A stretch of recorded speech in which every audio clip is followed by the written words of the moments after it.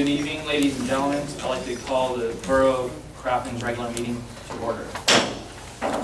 Monday, June 25th, 2018, start time 7:15. So we're going to begin with the flag salute from Ms. Clapton.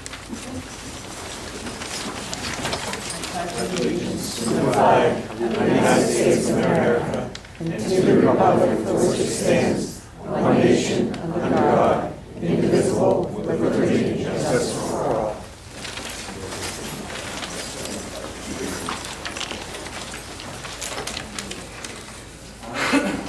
Thank you for all that are attending this evening. To begin with the agenda, we have the approval of the ratified bill list, June 12th, 2018. Second. Any discussion? All in favor? Aye. All that opposed? All right. Moving forward, approval of the bill list, June 25th, 2018. So moved. Second. Any discussion? All in favor? Aye. All that opposed? All right, approval of the bill list, thank you. Approval of the minutes, June 11th, 2018. So moved. Seconded. Any discussion? Hearing no discussion, all in favor? Aye. All that opposed? Approval of the minutes, thank you. All right, this evening we have several residents in the audience. We're going to begin with citizen comments regarding those agenda items. So if you have the list, take a look at that.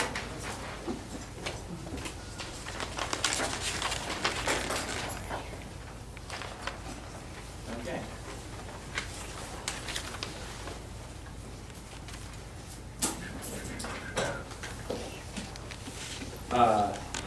John F. Wachowski? Close. All right. All right. And your subject is the Calabrese building. Yeah, the Calabrese building. My property is adjacent right to the Calabrese building. This has been going on for now, it's going to be 4 years, I think. And I think we went to 3 solicitors during this time. It might be 5 years now. So we want to know what's going on. Are they going to take it down? Are they going to rebuild it, revitalize it? Is there any information on the Calabrese building? Mr. Solicitor, could you speak to 96 Maple, please? Rick, at this point, council will consider action tonight directing the building inspector, Mr. Felton, to determine whether or not the building is sound or it poses a risk and it should be demolished. Council is also, I believe through the motions on the agenda this evening, determining whether or not it's something that the council may wish to take through eminent domain. The property itself is mired in an estate at this point. Calabrese is passed, and so the estate is still being worked out. There is an excessive amount of unpaid taxes, et cetera, to the borough and the school district as well. So council's weighing its options, and I think, and Phil, you correct me if I'm wrong, there should be direction from the borough within the next 30 to 60 days as to where things will go with 96 now. At this point, we've directed the building inspector to evaluate. Yeah, it's on the agenda, and also to try to find an appraiser to tell us how much the building is really worth in the property, so council can make that determination on a condemnation. So they're going to go inside the building also, I assume? Yeah.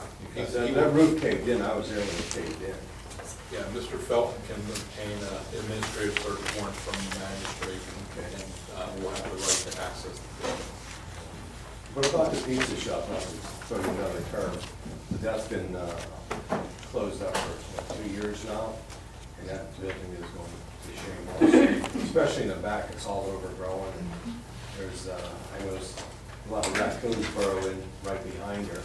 And I take care of my building from the back with the weeds and everything, and I've seen in the evening, just at dusk, a couple raccoons back there. I'm not familiar with that property, but it sounds like there are probably property maintenance issues that we can have our code officer take a look at. Because he hasn't been occupied here because I don't know if he's back in Pakistan, you know, that's where it's from.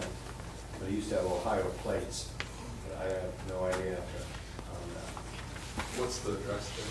That's the one right, so that would be 94, 90, let's see, I'm 92, 96. Would that be 100? Yeah, we'd have to look at the parcel map, but it's noted in the record and we'll move forward with evaluating that as well. Good, Thank you. thanks.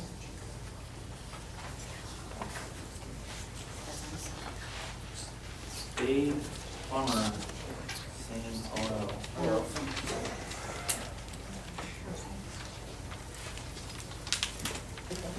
Hello again. And this is about the resolution. Yes, for 92 million. And I have some follow-up information that I'd like you guys to have as well, some company policies, stuff like that. Cool. Can I hand it out? Sure. Thank you. Thanks.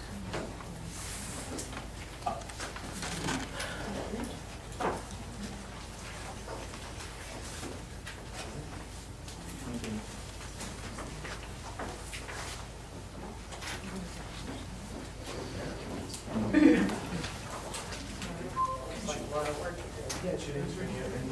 Thank you very much. I have one more.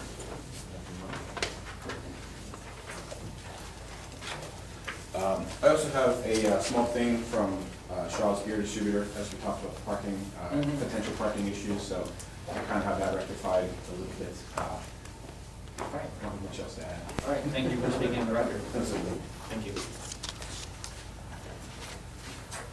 Ginger Heights, Yes, 25 McNunn sewage backup. yes. All right, just enter your name in the record, please. Sure. My name is Ginger Heights. I live at the top of McMahon Avenue, and I'm sure, like many of us here, we had quite an issue last Wednesday during the storm, and I see that it's going to be addressed. But I also know that there is ongoing issues on McMahon. I know that it was just myself and my neighbor who not had stormwater, but the sewage, actually, it came up through all of my pipes and out of my toilet. And had we not been home, we would have had feet of sewage in our basement. I just had my pipes cleaned last week. We had lived there for 7 years without one drop ever coming up.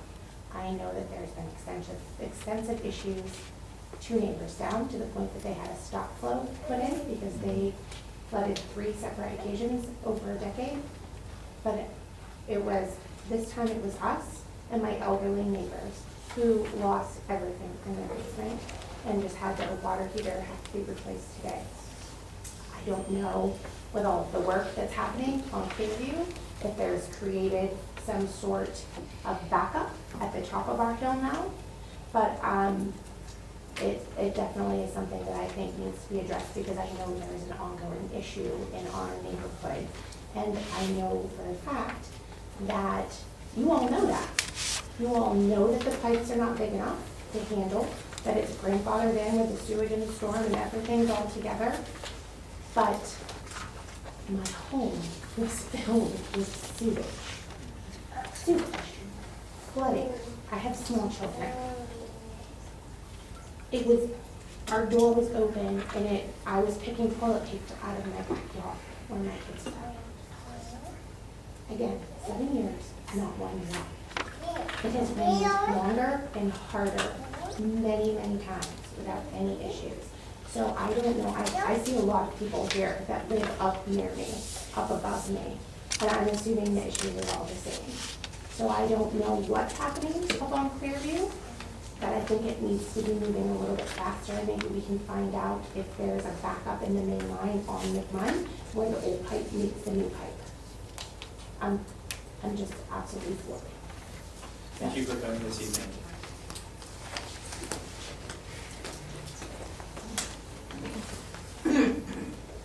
Carol, is it Miza or Maza? If you could enter your name and address into the record. Once you get done passing this out. Just a few of the photos I have many. Okay, thank you.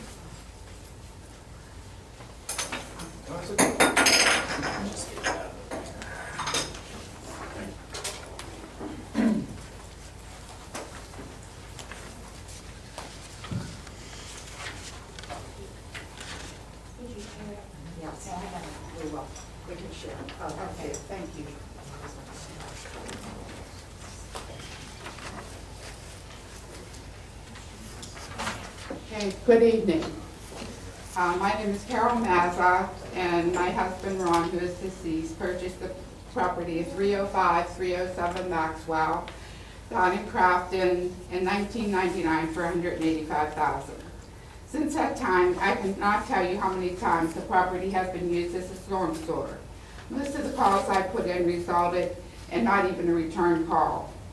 A few times a representative from the borough showed up, nodded their heads, and left with nothing done. The properties would be cleaned up by me, and a prayer said that the catastrophe would not happen again.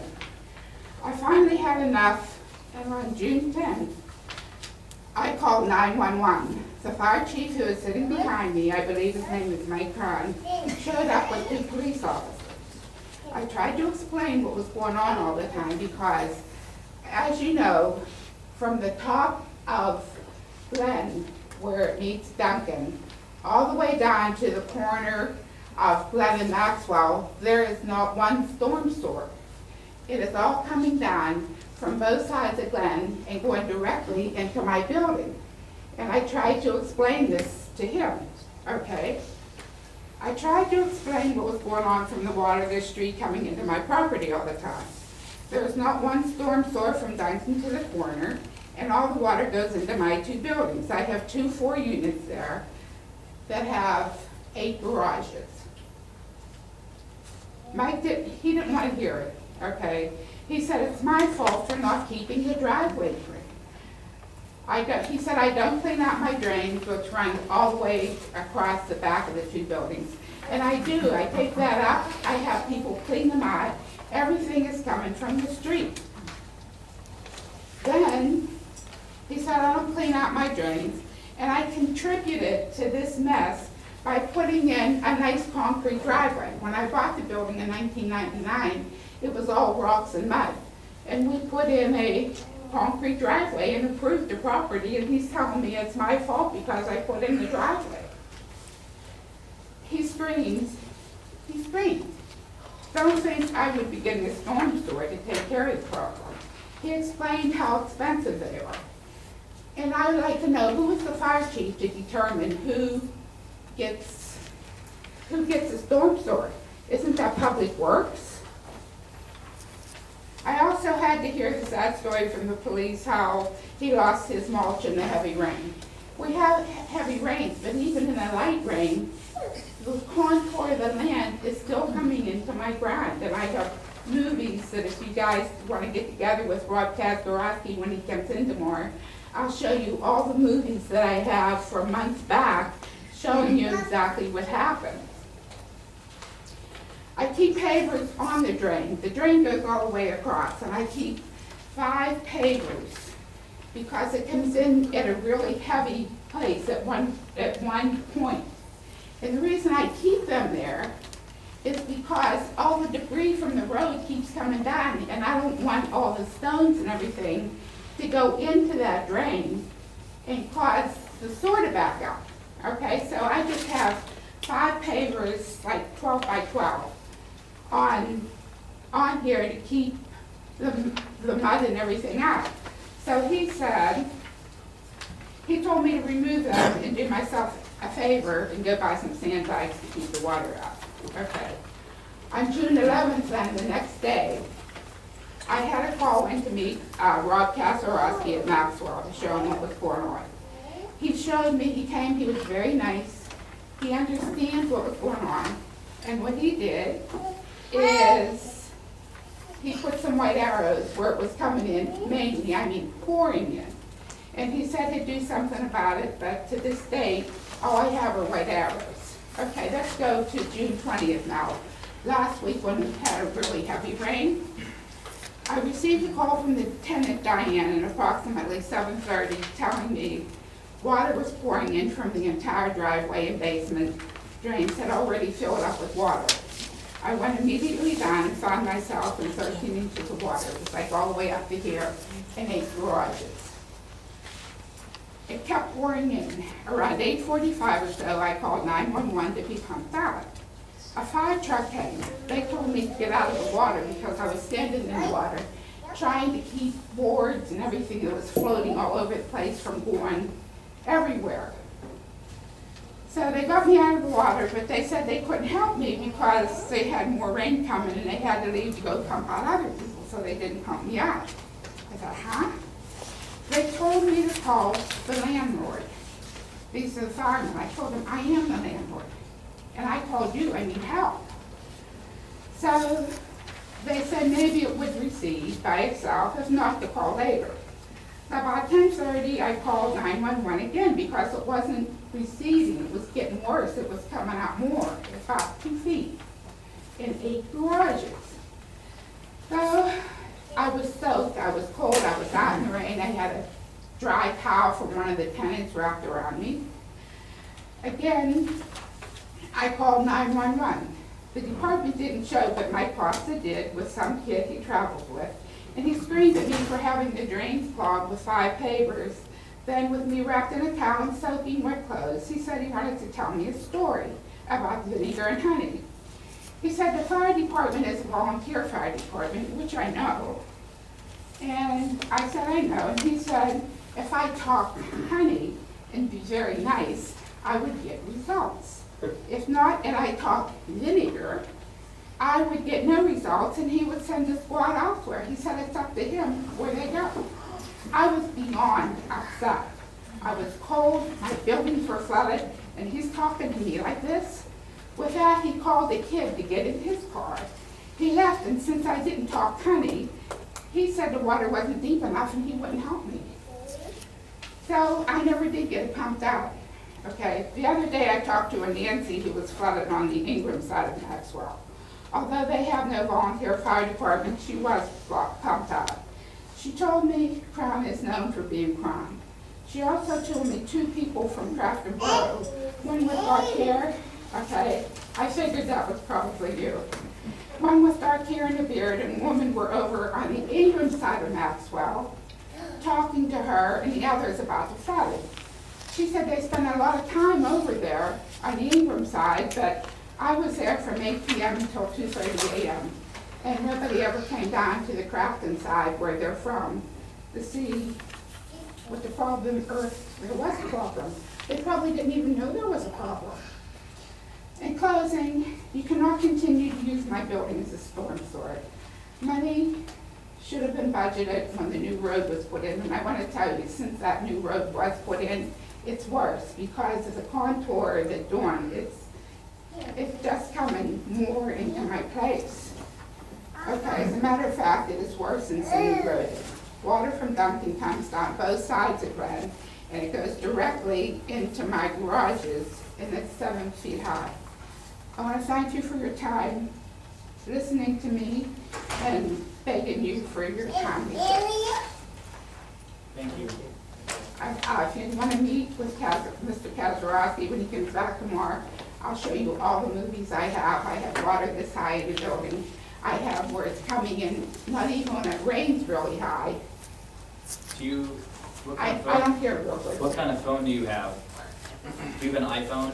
I don't have an iPhone, I have, Oh, okay, I was gonna say, we could cast it up onto the TV if you had an you iPhone. want to see some of the movies? You can share them with us, and then we'll share with the rest of the council if you want to come into the office. But I said if you had an iPhone, you could cast it up right up on the TV tonight. But Yeah, I don't have that. all right, Okay. thank you. Okay, you anybody have any questions? I do. I just want to make a comment. I was down there with Marcia. Had I known your side, where you were flooded, we would have definitely come and talked to you. We were at a resident who, on the Crafton side of the border, whose basement and backyard were also flooded. There was 10.5 inches of water there. So we were on the border talking to the Crafton residents directly on the border with Ingram. Like I said, I do that's fine. apologize. Yeah. I hear you loud and clear because I was down in it as well. Yeah, you were diamond, yeah, you So were was diamond, yeah, you were, yeah, they said you spent a lot of time. We did. We drove around a And couple you seemed times. very concerned, I just thought, since I was down there, maybe nobody even We missed realized. you. We were there for about 20 minutes or so the first time around.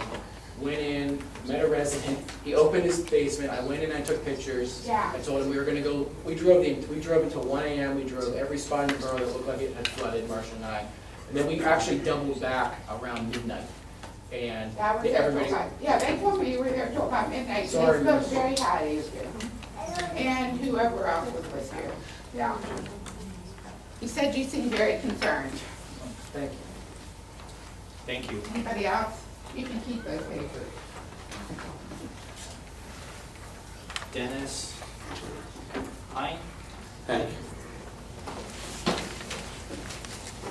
Will you enter your name and address into the record this evening, please? Dennis, thank you for 14 Ingram Avenue. I've been up to these folks here prior times about this low budget and trash cans and dumpsters and garbage on the ground and the rats, and nothing's being done.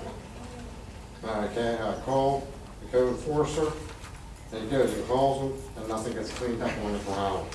I'm getting a little bit tired of this. We need to either separate the code enforcer away from the streets department, or sit there and get some stuff done around here. Okay? 2, I got water in my place from coming down on Ingram Avenue. Asking the Parks Department to sit there and come down and sweep up all the stones and everything come down Ingram Avenue. Okay, which went down my drains and flooded my drains in my garage and flooded out my house. Okay?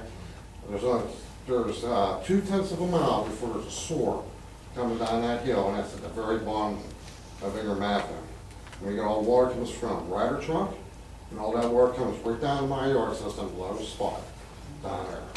Logos has a sewer back to their place in the parking lot back there, which is covered up in mud and garbage, which is your paper street. Okay? And you guys keep fighting about who's gonna take care of that. Okay? And it needs to be looked at, needs to be dealt with back there. If Dave Lobos doesn't wanna sit there and take care of it and park the cars back there, block the street off, for they can't use the parking, and tell them to take their dumpsters and throw them in front of their place, for they can smell their own shit. Excuse the phrase. But I'm getting a little bit sick and tired of coming up there and seeing you people and you're not doing nothing. Okay? I feel bad for these people behind me with these water problems they have, which a lot of them have more major problems than I do. But there's gonna be stuff to be done with it, and we need to get things done around here.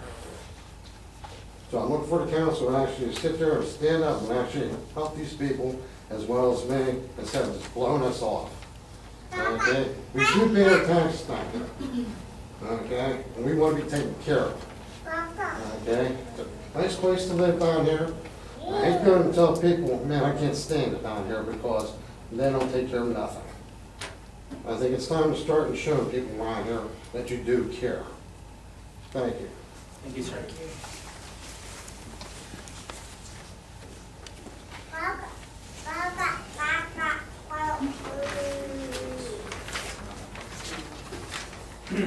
Kristen? The Park Street, that's not on the agenda this evening. Can you wait till then? Yeah, absolutely. Thank you. Joyce Regano? I had to let one of my neighbors go first. I'll follow my two Could you neighbors. enter your name and address into the record, please? Yes, I'm Stephanie Mangan. I'm here with my husband, James Mangan, and we're at 96 Stair Street. And I guess I'm the Stair Street representative at the moment, but you'll hear from them as well. So I first want to say, because we did have a number of council men and women come by our area, talk to our neighbors, I want to say how much I really do appreciate that. So I know you saw all of our garbage, all of our basement items, things that we were, we're lugging out, we're full of crap all over us, we're looking dirty, and I do appreciate you. You came to see that, you talked to us, you shared your concern, you told us what was happening. So we're just here to kind of, we need to make sure something continues to happen, because we can't allow, this to happen again. So we do have questions for the engineer. We were told that you would be here. I don't fully understand the entire project, but I have we were given a good idea of what was happening with the Clearview project. I'm not sure why things are stalling out the way they are. So we want to know, is this project going to alleviate the plumbing issue on our side of things? So we're kind of on like a little weird forgotten corner of Crafton, right on the edge of the city over there. So this has not been an issue ongoing, but as we see from council meetings and from talking to you, that this is a well-documented and clearly known issue that's been happening with the borough. And the sewage systems, you're aware of it. Things are slowly happening, I guess. But however, we, the sad citizens, are left to bear the financial burden of our basements being flooded. We got about 8+ inches in our basement, and that's actually not as bad as many of my neighbors who had to deal with a lot more of that. We do have a sump pump in our basement. It was overwhelmed. So this isn't a problem with anything we have done with any of our basements, anything that we have done. So this is an issue that, falls on you guys. So what is going to happen? How are we going to get relief from this? The other question I have, how do we know about the Clearview project, and whether that's going to affect us or not? Is this, do we know that if this project were to continue, that it would in fact stop our basements from flooding with sewage? I want to know how long this problem has been known. How long has this been an ongoing issue? What is the holdup? How do we prevent this from happening again? And insurance companies are very stingy. So, we've been on the phone with insurance companies, with Crafton and Polling. They're overwhelmed as well. We've gone days without hot water. I can't cook anything because our gas has been shut off. And so this has been a nightmare. And we haven't even hit the tropical storm / hurricane season coming up. This is the beginning of summer. So, is this going to happen again? Are we going to be even, tens of thousands of dollars even more in the hole, come a month from now? We can't bear that. We can't. So, we are very involved citizens. We've been here for almost 4 years. We have very young children who will become the hearts and future of Crafton. I can't tell you how much I adore our community. Our entire neighborhood was hit, but we had people who were affected coming and helping us. They have been amazing. They're bringing us food. They're affected, and they're the ones coming to help us. Our kids are involved with T-ball. We get pool passes. We're volunteering for Crafton Celebrates. I'm going to be running the Firecracker 5K in my bare feet because my shoes got ruined. And since we moved in, we've been bragging to our friends about what an amazing community it is. We have so much potential. This is a great area. The neighbors are amazing. But we cannot maintain telling them that if our foundation and our infrastructure is crumbling and nothing is done and it's just left to ruins. So, this needs to be a priority. We need to see that, you guys are taking care of those very important, aspects of the foundation of our community before we can brag to people about all the fun stuff that we do. So we can't afford the guesswork of when this is going to happen again, how much more in the hole we're going to be. So we need some guarantees. We need action, and we are begging you to, hear us out, and I'm sure you will hear from more people as well. So thank you, I appreciate that. Thank you. And I continue with the Stair Street crew here. Next. Please enter your name and address into the record, please. My name is Greg Duper. I'm at 92 Sarah Street, next to James and Steph. We have some pictures that I will, if you guys want to pass around, of the damage that we incurred on the 20th. We had between 24 and 30 inches of sewage in my basement. I'm sorry? What was your street? 92 Sarah Street. We're right next to James and Stephanie. So we lost basically everything in my basement. A 2-year-old furnace is garbage. A 5-year-old hot water tank is garbage. Washer, dryer, treadmill. A 3-year-old stand-up freezer is garbage. And Stephanie said insurance companies aren't very friendly. That's just the big items, not to mention tools, some small refrigerator. We're looking at probably $20,000 to $25,000 worth of loss that I, as a citizen, and my wife are trying to figure out how to recover from that. Trying to replace a brand new furnace that we just shelled out $6,000 to $8,000 with 2 years ago. They have to replace now due to storm system that has been known to be a problem from what I'm hearing for many years. is kind of a concern to us, and we just want to let it be known that there is a problem. We want to know, like Stephanie said, how the Clearview project is going to eliminate our issue, because 30 inches of sewage in a basement is just one of the most foul things I've ever experienced. The smell, the money that we've spent cleaning up, and hasn't even begun to replace any of the things that we've lost, not to mention the things that can't be replaced. So we're just trying to figure out what to do at this point and how to eliminate this ever happening again, because it was one of the most disgusting situations we dealt with in the 12 years we've been at Crafton. I do want to thank you all for your time, and as Stephanie said, we do want to thank everyone, the council members that we did speak to, their time as well this week. Thank you. Thank you. You just enter your name and address into the record, please. Hi, my name is Joyce Banner, 93 Sterrett Street. I've been a resident for 51 years. I hate to tell you people, 50 years ago was my first flood. And I have been dealing with this ever since. The borough tells me it's me. The plumbers and everyone that comes up tells me it's you. I'm on a merry-go-round. All right? 50 years of a merry-go-round. So I come to find out that there's money that's been available for our sewer lines. Where is it? Why isn't it being used? We need help, and we need it now.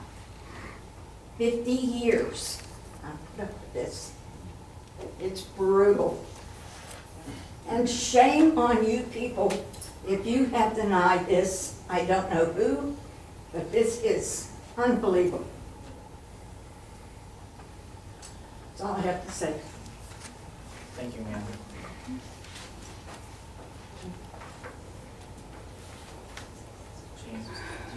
James, do you have anything to add? No, just really going back to the whole idea that we just need guarantees. Okay. The guesswork's not gonna work. I want to know where the money is. I want to know tonight where the money is. Sitting in a bank account. It's sitting in a bank account. Yes. Wow, that bank account's doing us a lot of good. Yes, ma'am. Greg and Crystal. Can I ask one other thing? I'm sorry. I'm sorry. Who is the one that voted no for this? Who is the one of you that voted no? Where's this money and who voted no? Because I'm going to tell you what, if this happens to me one more time, knowing what I know right now, I will be at your door with every media I can find in the area. And I'll tell you, I'll be relentless. I've had 50 years of this crap, literally, and I am done. Yes, ma'am. I have a question for the engineer. Well, we're not done with public comment. Next on the list, Greg and Crystal. That was us. Okay, sorry. I do have a question now. Can I? You stand up and same thing that you did, and then name the record. I'm Crystal Baker, I live in 92 Sterrett. I'm just wondering, being that you guys do know it's a problem, and we are having it's $20,000 to fix everything, is the borough going to help us in any way possible? Being that you guys know it's a problem, and it's not being fixed? I'll go along with that. Yeah, that's a I'm sure question. half of everybody else who's here, Yeah. who's not People need lost. to be reimbursed. If you got money sitting in a bank account, that's bad. Is the borough going to help us, being that it is obviously a borough problem? We have a French drain, we have 2 sump pumps, and it's just not, like, we took every precaution we could, and it's not working, because it's a borough problem. Yeah, I would have to ask the solicitor to review that. That's the proper course of action on that one. So, all right, Thank you. thank you.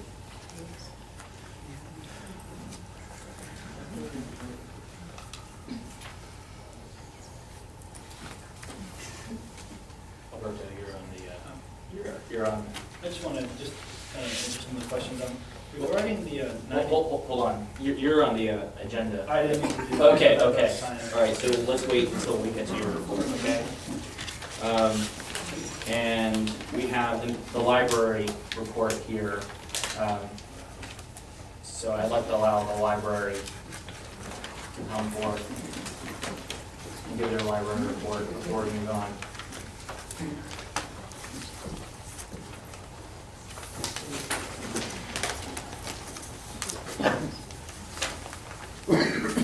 Good evening. Good evening. Hi, Megan Grabowski, resident, 11 Emerson Avenue, and Vice President of the Library Board of Trustees. Thank you for coming this evening. Thank you for welcoming us here and inviting us. So I understand that there were some questions that you wanted to ask of us, but we never received any information prior to this as to what kind of information you were interested in. So we've prepared a PowerPoint. So do you have access for us to? What kind of, Kind of flash drive. So there were a few options. We had some technical difficulties with the do you have an library Apple computer. I do personally. I don't. That's what I wrote it There on. you go. You can, here we go. Just Thank put you it for on the that. screen. So it is the last one. It's just under PowerPoint. I also have it saved on my phone. If that TV is Bluetooth enabled, we can just play it that way through Keynote.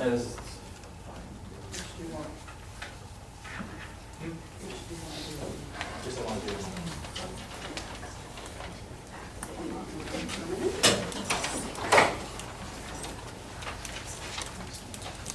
And everybody that's here about the stormwater issues, hold on for the engineer's report because we have some updates. Which one is it? It's the last folder, the one that says, PowerPoint? yeah, yeah. You know how to tap.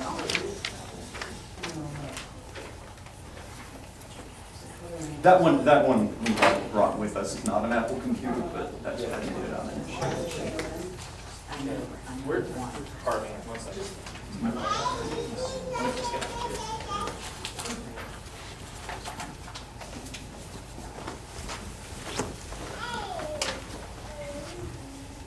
Jacqueline?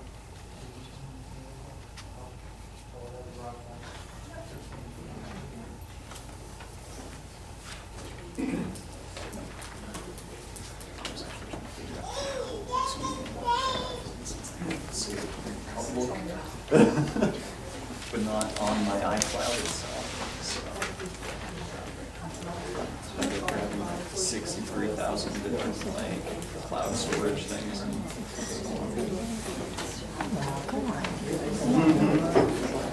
Sorry, one second. One for Outlook.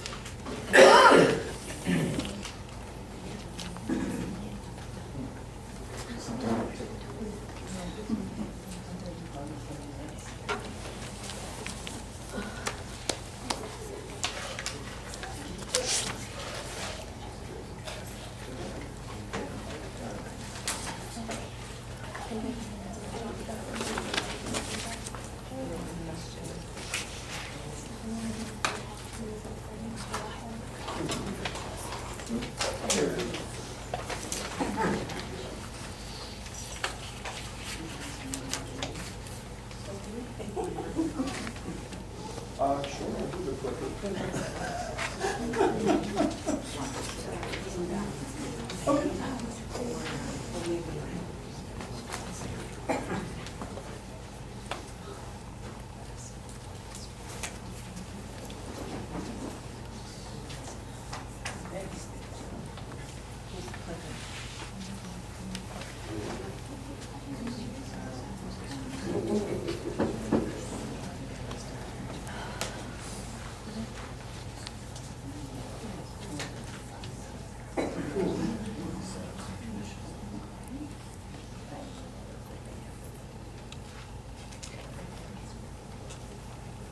And just so everybody knows, if you do have an Apple product and you want to share photos and things that are going on in the community, you know, during public comment, we can bring this up using the Apple TV.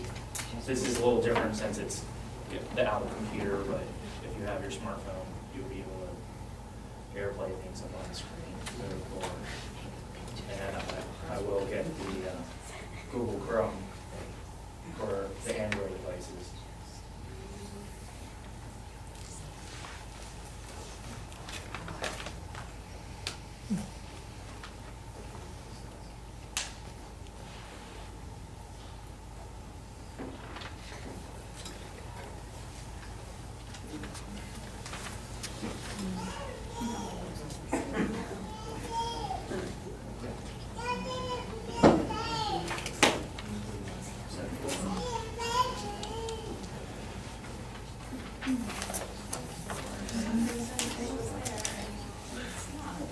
Can we move on without this? Richard, can we move on without it? Sure, yeah, I have it on my phone too, I mean, if anyone's interested, You have it on. I also did, I have it on my phone too, if you wanna, it's an iPhone. Okay. Yeah, do you have Keynote or something, some similar app? Just AirPlay to TV. Yeah, I remember. Just swipe up. Swipe up. Okay, and then screen sharing. And then back. And then it'll have code.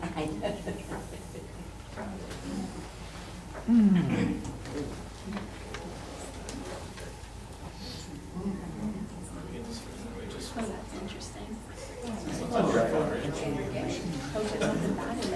All right. There you go.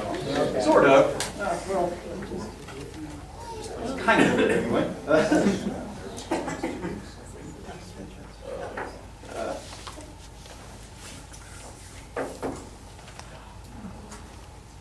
Well, there we go. Good enough. All righty, Megan, all you. Okay, great. So, thanks again for welcoming us. As you know, we have a new board. We now have a complete board, and we've been working really hard to make some new changes and to implement new policies and procedures and to do it correctly and thoroughly. So, the library itself has been very busy with different programs and events. Some are new and some are ongoing events that we have been supporting library staff with. Summer Reading 2018, the trustees had a presence there at the Summer Reading Kickoff serving ice cream that we had donated for like a little ice cream social. Also, the book sale is now an ongoing book sale. You can go into the library at any time. There's shelves in the back, and you can purchase books that way.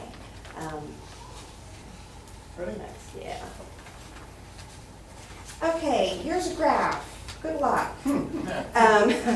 This graph, basically, I'm going to make sure that each of the council members have this PowerPoint emailed to them so that you can look at it more closely, because it is extremely small on that screen. But this reflects the libraries around us.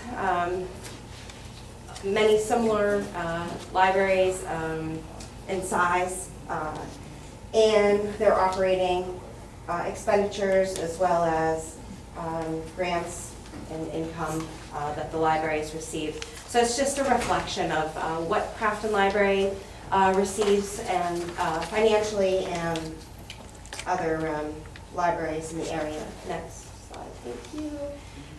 This is a little bit more thorough, reflecting our total expenditure, the RAD income, state income, local income, so on and so forth.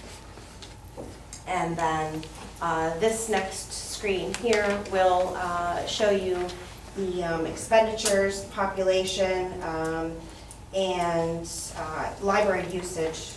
And Crafton is the fourth one down. You can see it's highlighted. And then there's other libraries listed that are similar in size or community population and what their usage is. Do you mind if I interject, Megan? Yeah, the important takeaway from this slide in particular is the score on the far right, where it says 1373. That's a metric that's determined by analyzing the overall use statistics and comparing them. Ooh, that's not good. Comparing the overall use statistics to all of the different cohorts we have throughout the county. And that score is given to you based on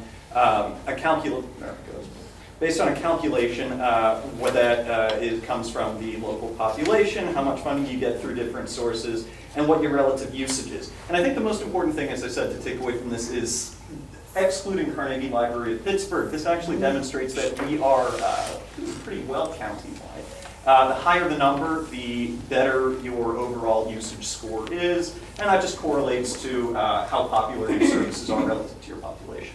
And so that means we're pretty well on track, actually. It's just kind of the main takeaway from that. And that score comes from the Allegheny County Library Association. This is just an overview of the May financial report. I believe that has already been submitted, so you've already seen this information. At the time we were creating this PowerPoint, that was slightly delayed, so. Okay, so. Struggle here, I'm sorry. Oh. I'm not following That's this. right, yeah. All right, so there we go. Okay, so here's the list of the complete board members, and the two newest members, Crystal and Ashley, they've recently been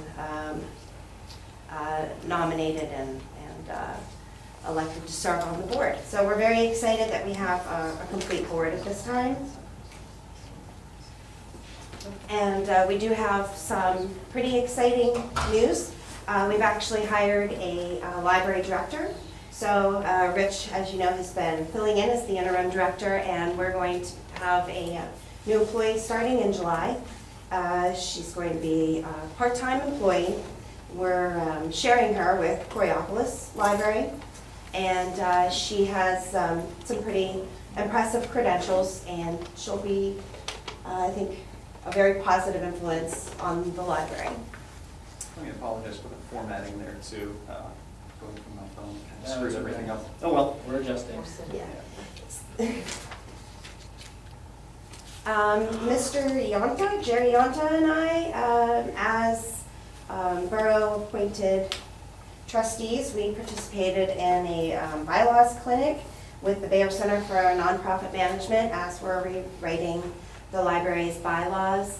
We've gone through a couple revisions of that, and now we're working with an attorney, pro bono attorney, who is reviewing what we have drafted and making sure everything is exactly how it should be. And we also have scheduled, or we're working on scheduling this Board Works, which is another seminar for nonprofit board members. And that again is through the Bear Center.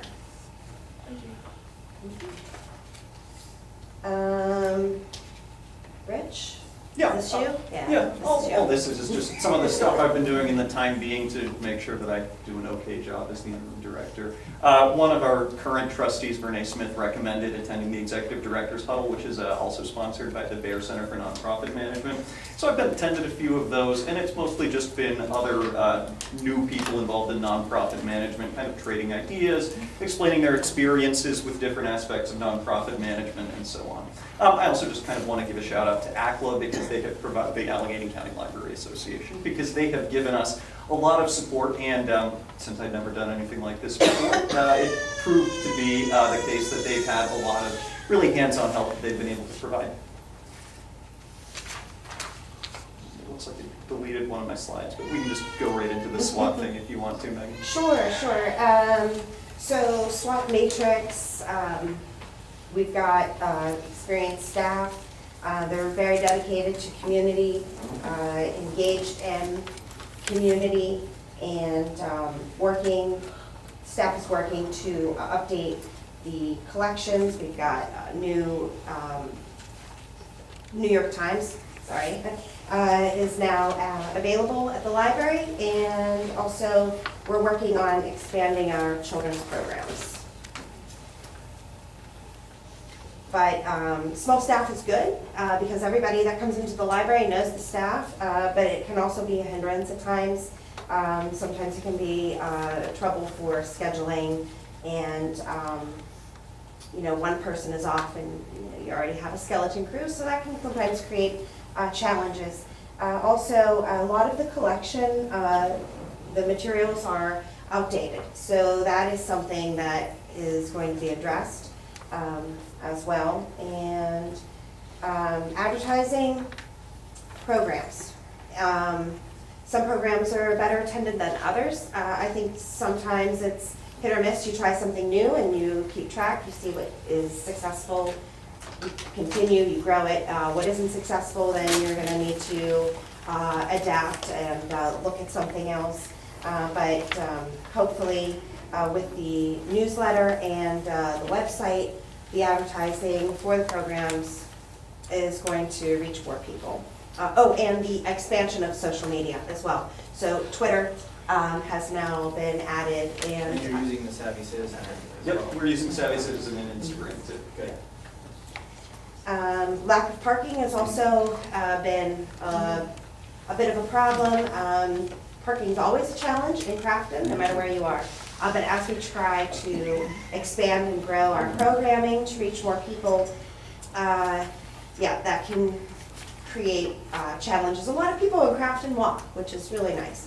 But we also know that there's people that come from Ingram, and they're definitely, I shouldn't say definitely, because I don't know that, but I would guess and say most of them are not walking. So it would be nice if we could somehow, in the near future, establish some type of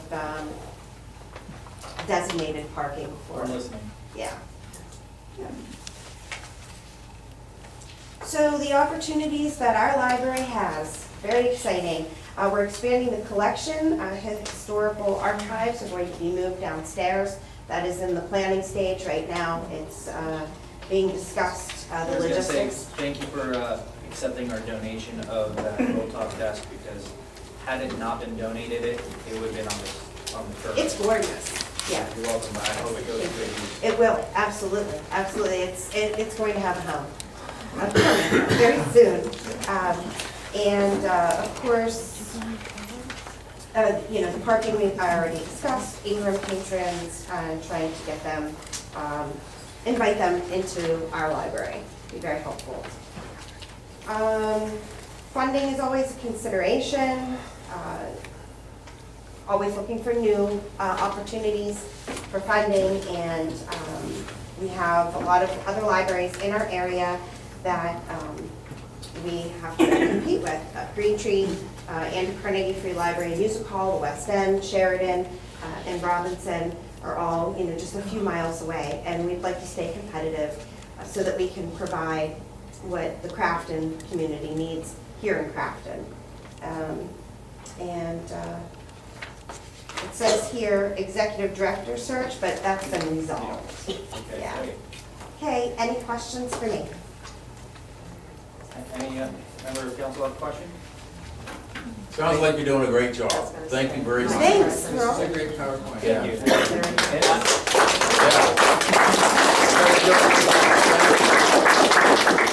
Thank you. Good, thanks so much for hearing us out. Yes, thank you.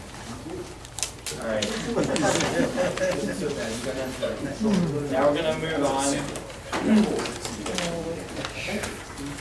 to we're gonna acknowledge the receipt of written reports for May 2018. The treasurer's report, the financial reports, Act 511, and trash collection report, the property tax collection report, the police report, the EMS report, the ordinance officer report, the building inspection report, public works report is not available at this time. Interim manager Kazarowski is on vacation, will be returning tomorrow. The fire department and the library report. So moved.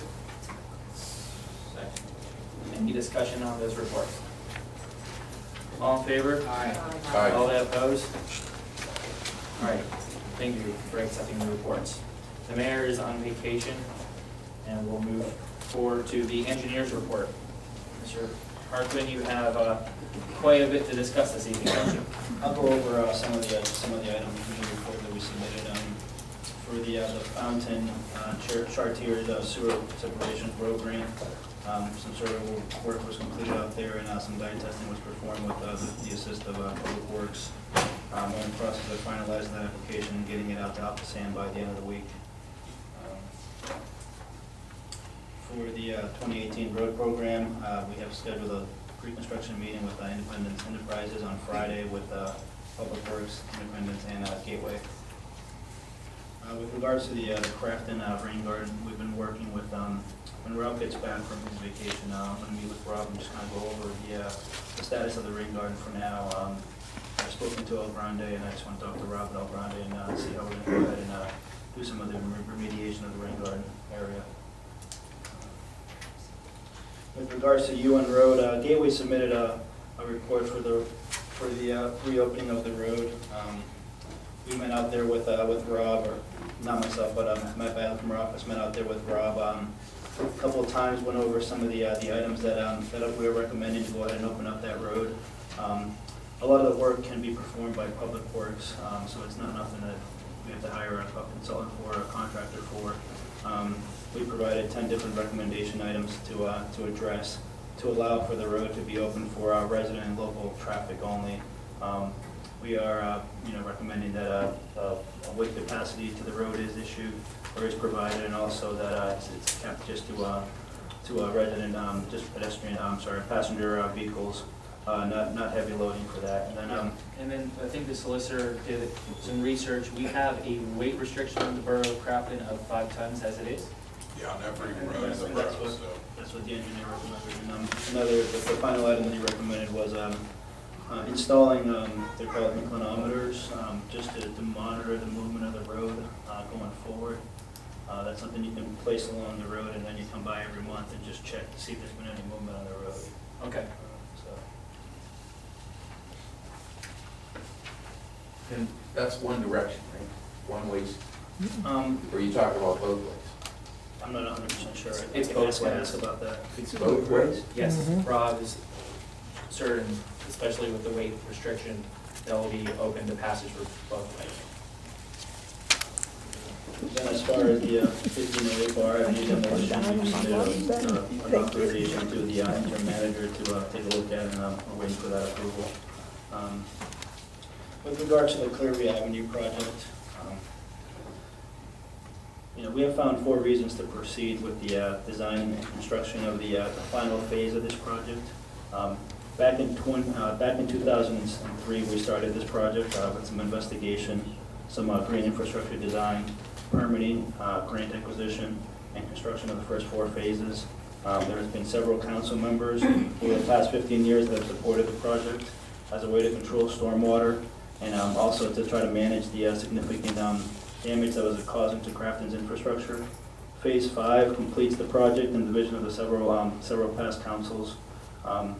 Number 2, we provide, this last phase will provide additional stormwater control for the upper part of Clearview Avenue. I brought a map here that I wanted to, just so that everybody understands, Clearview Avenue was a project that was controlling about 30 acres of runoff above Clearview Avenue. So far, the first 4 phases that we've completed, we've captured about 2/3 of that. And the last phase to capture is the last 8.5 acres. And it results in, you can see this in magenta, it's the last 800 feet of road of Clearview Avenue. So right now, we've built the previous 1,600 linear feet of road. We provided 2 oversized tanks under the road in order to help alleviate some of the overflows and some of the overflow that's going into the system. We provided those tanks to kind of hold back the stormwater. What was happening before is the whole hillside was coming down through the yards, down the road. A lot of it was jumping over the hill, going down the trail, and then ultimately it does go back into the system. There is at the end of the trail, there is a head wall there that was bringing all that water back into it. This project here helped kind of manage all that stormwater and not just let it run wild over the hill. You know, you can see as you're driving before, the bricks, the road, it's all kind of settled, breaking apart, the hillside sliding. Now as you go through the first 4 phases of Clearview, it's a stable road, clear, clean, all the stormwater is managed, it comes down the road, collected, put into the system, and it's out. The last phase of the project, as you can tell, there's still areas where, you know, every few feet the curb is all broken, the road settled in, water's jumping the curb, making it down. This last portion of the project, it's about 800 feet of new improvement, is going to create, it's going to have new catch basins, new curbing, a nice crown to the road, and we're also proposing to put about 300 feet of another underground tank to help also alleviate some of the water from coming down and just making it into the system and causing the overflows. What this is going to do is it's going to hold back the water and hold it back and attenuate that water, allow for a slow release. So instead of all the water coming in and going into the system, overwhelming the system, this is our last part of the project. This is the last phase where we are going to provide some additional collection of the stormwater and control, and also we're going to be reducing the flow going down into the system at the end of Clearview Avenue. I was unaware of issues with your street, Starrett Street. Looking at the topo here, you guys are pretty much at the edge of the watershed here. I think one of the things we've got to take a look at is just take a look to see if elevation-wise, I'm trying to visualize the project. I know the Clearview comes down towards the entrance that goes into Crafton Boulevard, and then Stetson comes kind of up. Starrett goes up. I think there might be an issue. I mean, something we got to look at it with Public Works is to see if that system was clogged, because if they're getting all this backup up on their hill, I mean, Clearview Avenue should have had all the manhole lids popped open and popped out. That was the issue, you know. I'm sorry, that's further down. Manholes out. Yeah, I understand that's further down, but when I was looking at theirs, and I never, kind of really looked at that area, but I was looking on Google Earth, and they kind of go up to they're almost at the high point of the watershed. So seeing how they had all this backup just kind of makes me wonder if there was any kind of blockage in the system. Yeah, well, I'm very concerned about O&M, the O&M piece of all the infrastructure. What type of schedule do we have for the Vector? I mean, Char Westcott begs people to rent the Vector. Are we doing enough? And just to, I'm sorry, just to, before I come into this meeting, I went out and walked the site this afternoon on my lunch break and took a look. I got out of my car, went into the path, and then walked up the path to see because the way we designed the system, this is, it's a retrofit system, and it's not a system that was meant to design, to hold back like a 10-year storm or a 25-year storm or a 100-year storm. You have such a large watershed here and such limited capacity in the road that in order to be able to manage the really big storms, you would have to put like a Walmart-sized system under the road. Here we were limited capacity with the utilities that were there. You had gas, water, sewer, and we only had so much room to try to, and I put in as big as a pipe as we could to try to hold back as much stormwater as we could. So I went down there and took a look, and we created 2 overflows at the detention areas that we had, and the one that's further up the road was clean. I have pictures here, the riprap, barely anything, there's some old leaves there from before, but that system was not overwhelmed during the last storm, or that outlet. Down towards the retaining wall, towards where there's already a culvert there, I could see that water had come out of there. But like I was saying, I think your road is much higher up in elevation to where this system is. So this has to be an issue with blockage or something that's in the way of the pipe, because everything down on Clearwood. And what was the last time that line was videoed? I'm not sure I can look into that. So, and I also want to just take a look and see what the network of their street and everything else is, and see how much is there. But I mean, their street comes up almost a high point, and then after that, everything goes the other way. Yeah, and you said everything goes from both sides. It all comes down to an 18-inch line. Yeah, then it goes down into Crafton Boulevard. Because the other question is, moving forward, is there a way that we can build more storage, let's say at the intersection of Bar and Starrett? Yeah. To capture, because we are at elevation, right? So if we're at the top of the watershed, is that a smart place? Or, as we discussed last week in our meeting, can we separate that down the road? And from what I understand, Allegheny County's come forth with Allegheny County Act 167 Phase 2 countywide stormwater management. According to Mr. Mitchell, there's going to be additional work that we're gonna have to undertake as a municipality. So this is the first of one of many projects, but we need to make sure that our O&M on the entire system is up to date, because as one of the residents mentioned, this is only the beginning of the tropical season. Yeah, and you know, I had spoken to Rob several weeks back, and there are some things that he was talking about regarding down at the trail where the overflow that we have is, and that end wall that's there that's supposed to be carrying that water. He was going to build up a little bit of a diameter to try to push that water through. But as far as the, you know, like you were saying, doing anything else on Bar, it's a large watershed. I mean, you talk about 30 acres coming down to one point, or, you know, most of it is urbanized, you know, pretty dense, developed. The more you do with doing little pockets of stormwater control, all it does is help downstream. So right now, what we're doing with the last phase of Clearview, and putting 300 feet of oversized pipe and a control there, we're just going to be, that whole area, those 8 acres, are going to be coming down the hill, coming into our system, slowing down, and going through just a small hole at the bottom. Right, versus it all coming down. Versus all coming down and just going in and trying to push through that same. Creating pipe. a lot of back pressure all over the system and flooding. So, you know, as we move forward as a council, we need to really take to heart what everybody said here and figure out how we're gonna manage the watershed, because it's all connected. We can't say, oh, it's just my part of the neighborhood. It's all connected. If you're down on Maxwell, you're gonna be affected what's going on top of the hill. So if there's more water in the system from the upper part of the watershed, that means there's not enough capacity in your part of the system, and you're gonna end up being in a bottom of the bowl. And I hate to say this, but we all saw what happened to parts of the South, especially New Orleans, when you're in a bowl, all right? And the reality is, down by the shopping center, that was an old wetland. It's a bowl. So we need to plan, and we're gonna work with engineer to plan. We're gonna be entering into a new consent order with the US EPA and the DEP, and we all are paying our sewer bill. All right, so we need to plan effectively to make the most of the resources that we have. There's gonna be a point where, you know, if we have another Hurricane Ivan or another situation like last week, that maybe, you know, we're not gonna be able to abate or mitigate every situation, but we know we have instances in this community that need to be addressed. And as Alberto put it, the project that's on the agenda this evening was a project that 10 to 15 years worth of councils put forth.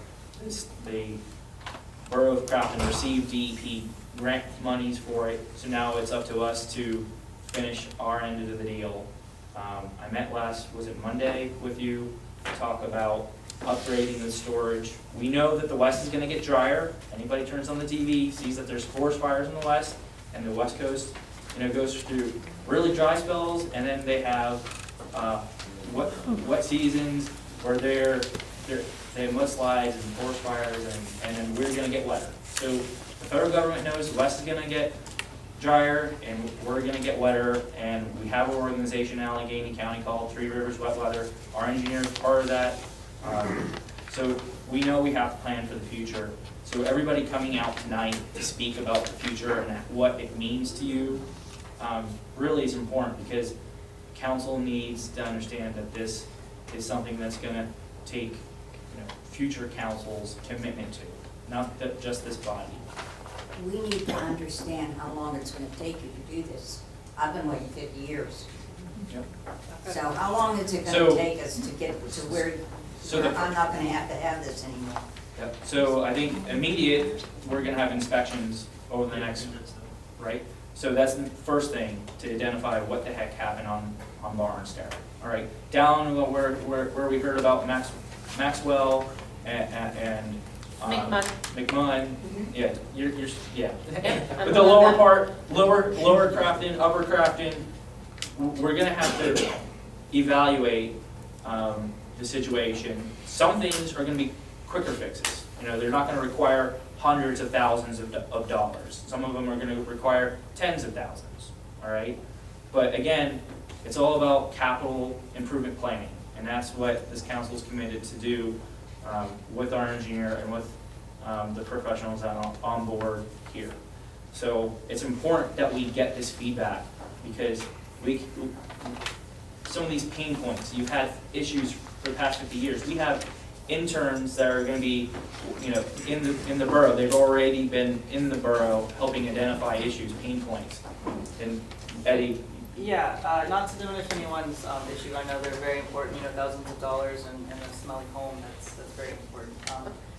The entire county is under an emergency situation for stormwater, and it's a really serious issue, and Alcoaston only recently decided to push a bill to actually fix stormwater, so we're not alone in this problem.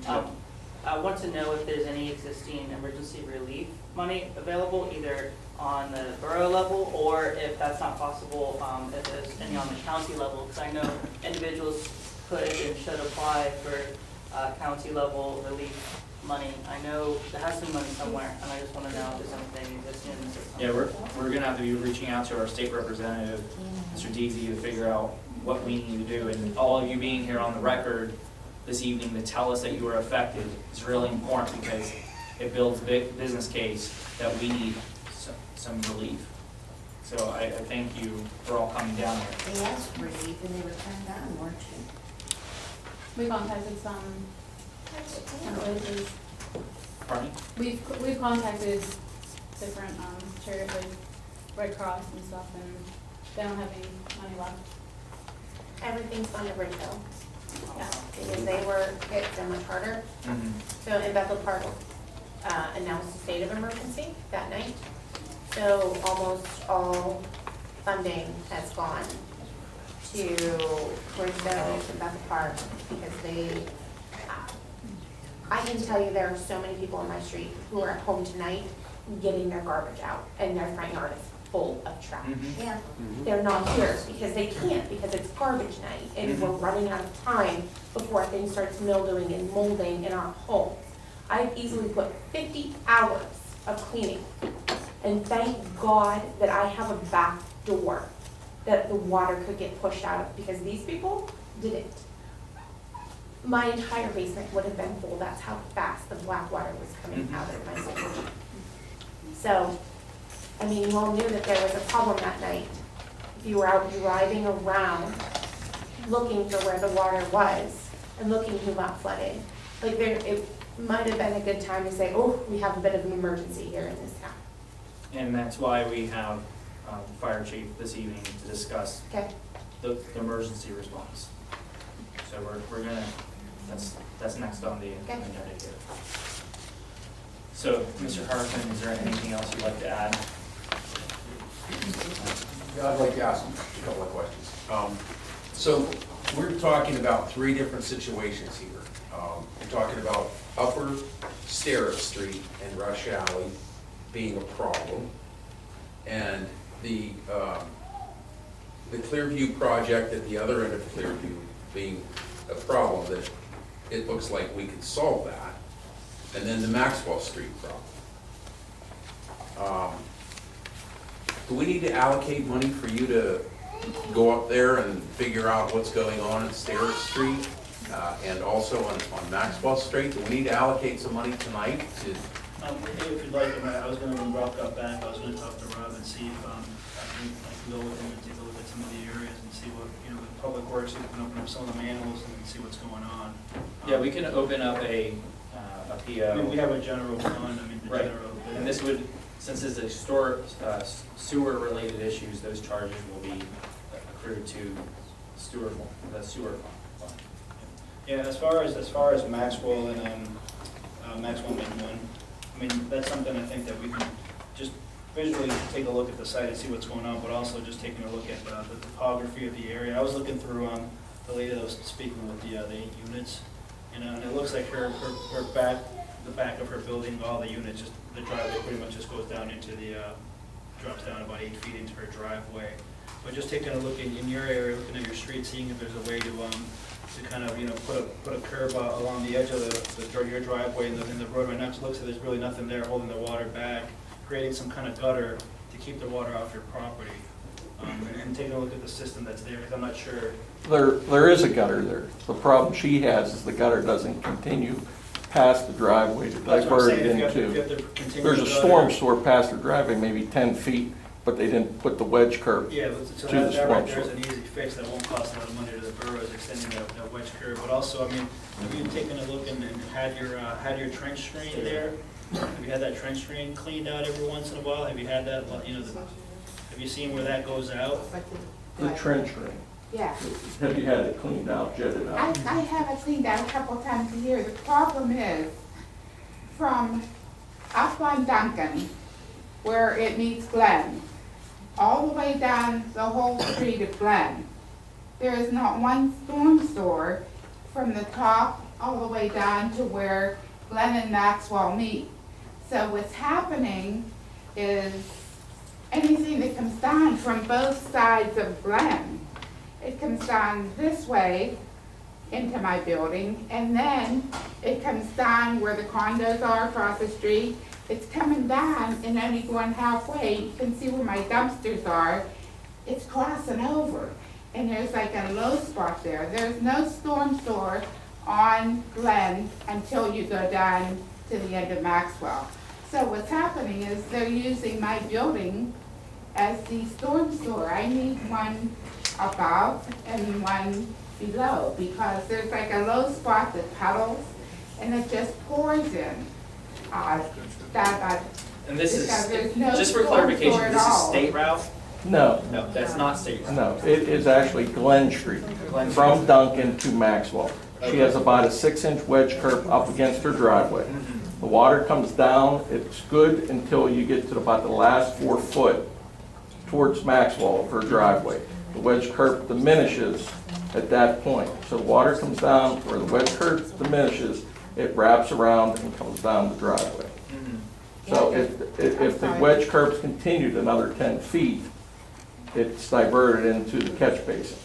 I've talked to Rob the 11th, or actually the 10th, and he went down, I guess, and marked it out for wedge curb. Yeah, but after I saw this last rain we have, that's not gonna work because it's coming down from Duncan and coming over the whole thing. If you come down, you can actually see the whole driveway where the water comes down. You know, there's like lines, like even like sort of like black lines from the street that you can see it's going over that little hump that they put in and just using me as a storm sewer. The problem is if you make the hump an 8-inch hump or a 10-inch hump, it basically eliminates the use of her driveway because of the angle of departure and approach to the driveway.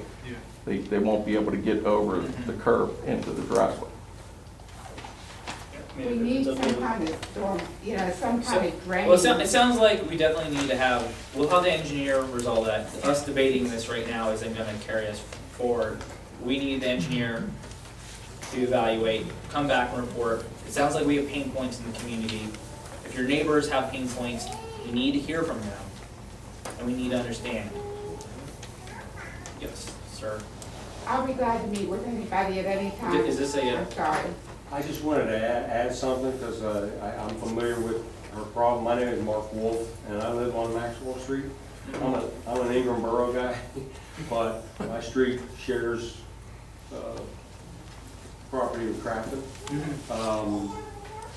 What she's talking about, we have 2 places where that happens. The water comes down Duncan Avenue, and it turns onto Glen, and it goes all the way down that street, and it just really does a job on everything, because there's nothing to stop it. So it sounds like there needs to be coordination between Ingram and Crafton boroughs. Absolutely, And the good thing is, this engineer serves both communities. I think that would be great, because we have the same issue coming off of Ingram Avenue. It turns down Linshaw, the hill, and everybody's familiar with the apartment buildings across from what used to be the Goodyear station there. The water comes down Linshaw, and it never reaches the bottom into the catch basin. It turns and goes down behind those apartment buildings, those apartments, and it all ends up behind our houses. And everything fills up. It's a bowl. Yep. And so it's 2 very similar situations where just because water takes the easiest course, it goes down the Glen and it screws everything up down there, and it comes down Linshaw and it comes down behind apartment buildings and screws everything up on Maxwell Street. So and the only thing we got from the Ingram Council was that we're gonna do a feasibility analysis, and it's gonna take 2 years, and that was 8 years ago, and it's still a problem. It sounds like it could just be, just adding some additional catch basins and piping and connecting into the existing system and some curbing. I mean, we've done that in other municipalities where they have flooding issues, we just had to throw in some extra. The water's already getting to those points, so the capacity is already there. They did, you know, Ingram did a great job of adding catch basins directly on my street. And thank the heavens above, because they were in good shape, they were clean, and they were taking a lot of water. But there's not enough of them coming down Linshaw to get that water down into the system. Philip, can I ask the question, engineer? Yeah. So, where that house meets Crafton, according to the residents, there's some shared property back there that might be some, like, I don't know if it's one of the boroughs owns it, or if it's a right of way for usage by one of the electric companies or something, but is it feasible to look into perhaps building catch basins behind those properties back there? Because I feel like some of the issue is that it is going behind, it's in this area which nobody has claimed to, nobody wants to step forward and claim it and say we can fix it. So then it's just settling directly into the Ingram side and then flowing directly into the Crafton side and just, you know, washing right down the line. And, you know, the front end of that particular street, there were catch basins, collecting water. Our side, not so much, but the backyards. So you're saying putting storm lines or catch basin, the storm line through people's private property? Well, I'm not sure if it's private property or not. We have to. Well, I mean, we can definitely look into the deeds for that and see who owns, you know, the different, we can look into that. But as far as if you wanted to put the stuff through somebody, you'd have to just get an easement. Correct. I mean, You where. could put sub pumps in all the backyards, and that's still. Yeah, it used to be called a paper alley back there because it was just on paper. And they were in there, I think Ingram was in there recently, they took down one of my trees and they installed a new, an endpoint manhole cover, so that they could camera from both ends when they're checking out everything coming down from the hill. Because they're from the hill up on Ingram Avenue, comes down into that pipe, and then of course ours goes out to the street.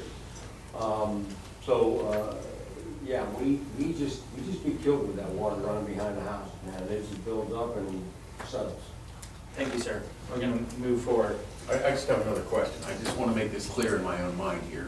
The Clearview project at the end of Clearview, near Josephine Street, that will not have any impact on Sterrett Street, is that correct?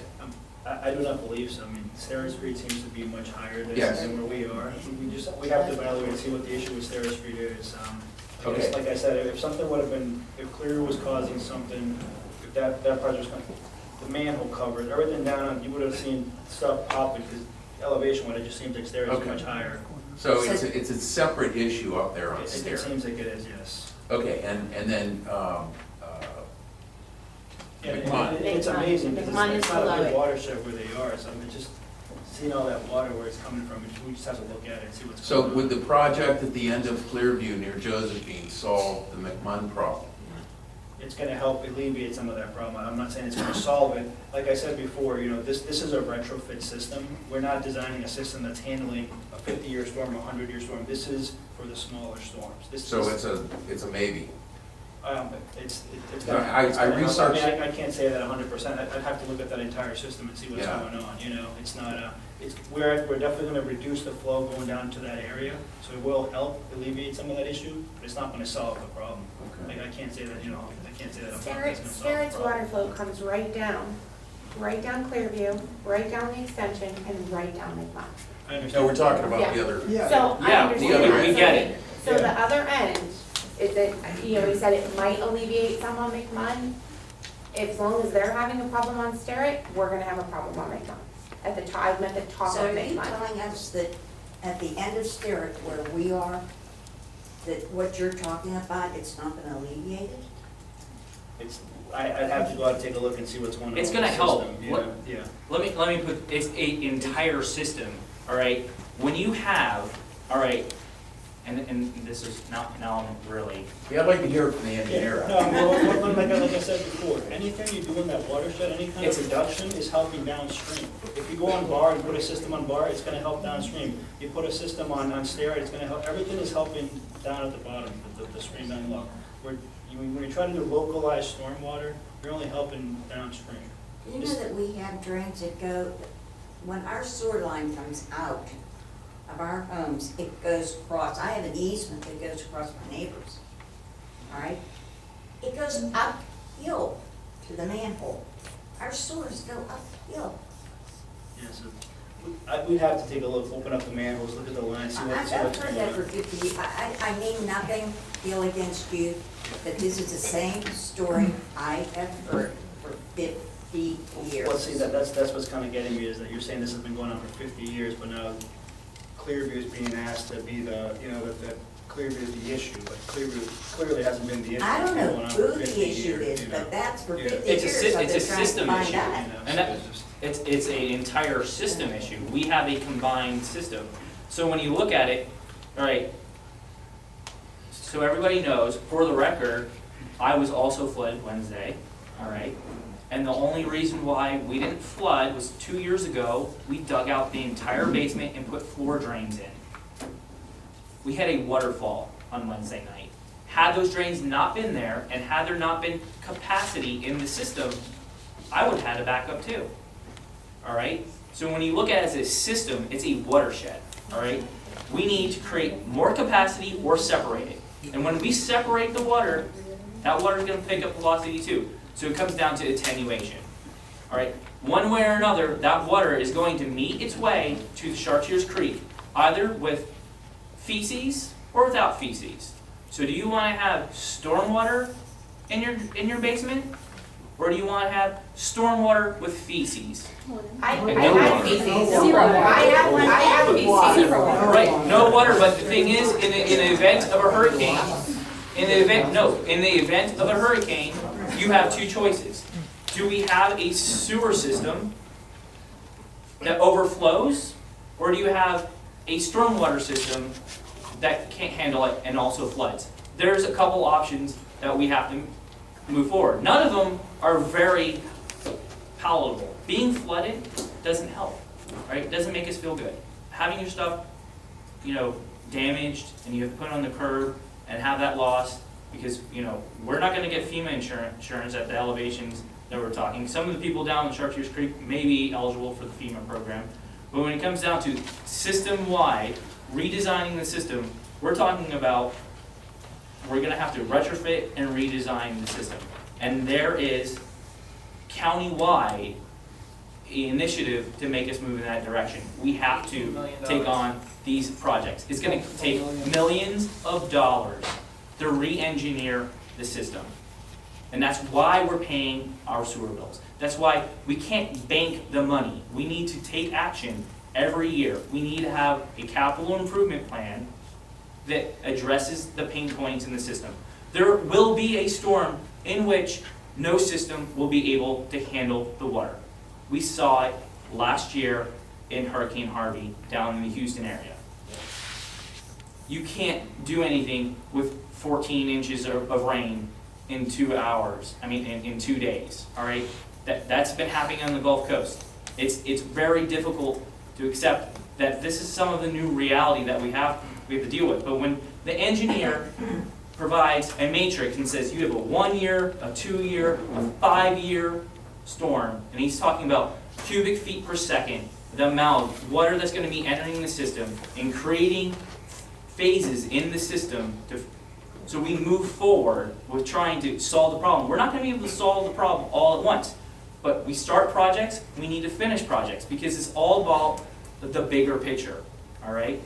So down the road, the Clearview Avenue extension project and the Clearview project, that could possibly be an Alcoasand project where we say we captured 30 acres of water and we are able to capture it at one intersection and pipe it somewhere else, put it to a retention pond, do something in this retrofit. Mr. Minsterman said when he did an evaluation 10 years ago, and I believe Mr. Crown was on council during this period, they said that project would have cost $1 million. All right? So let's say there isn't a blockage. Let's say 2 inches an hour was just way too much for that entire system to handle. All right? You had back pressure. It is plausible that there was back pressure, and we saw it. It was backing up into people's basements.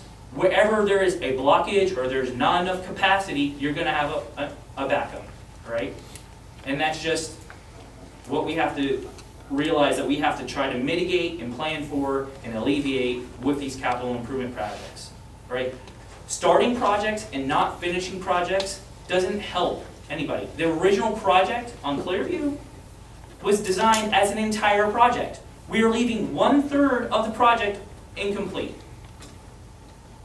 All right? Why? That means, why? Why? Because there has not been the political willpower at these seats over the years to finish it. Oh, really? Right. We're going to see here this Well, you evening. know what, the people that say no on this need to get ready, because the next time we're gonna be banging on their doors to come help us. So, as we move forward, this is one of many votes over the next 4 years, over the next 8 years, over the next 20 years. We have to make the investment in the community. And the good thing is, it's time to reinvest. All right? It's time to see how we can create green infrastructure, how we can tie this into being a transit-oriented development, to see where we're going to take this community with. All right, yes, we have some challenges with stormwater management, but how can we turn this into something not that just doesn't focus on stormwater management, but about improving the aesthetics and the overall quality of life in the community? We can leverage our road fund and our sewer fund to achieve many ends. And that's what the plan is. We're going to have a capital improvement plan where we have our interns here to help us gather the data to make informed decisions with our engineer and with council and the other professionals in Allegheny County. And we're meeting with them to help us plan for the future. Because just saying you're going to fix a sewer, we have many issues that need to be addressed. All right? And so we're going to try to leverage these resources to accomplish those goals. So that's why it's really important that we have this meeting and it's on film, that we can communicate this, share this with Mr. Fitzgerald. All right, the county executive needs to know about what happened here. All right, and our state representatives need to know what happened here. All right, our county council needs to know what happened here. And that's why this is very important. So that's why we're taking the time. It's almost 9 o'clock, but it's okay, because not many times do we have a meeting this fully attended with issues being brought to our attention. So I really do appreciate you all being here. So with that being said, I'm going to move on from the engineers. Go ahead. Question for the engineer, the bottom of Woodlawn and Chartiers Avenue. That flooded down there again. Is it coming off the busway? The city came. Is it not being cleaned out? Is there a schedule that they should follow to keep that from? I can answer that.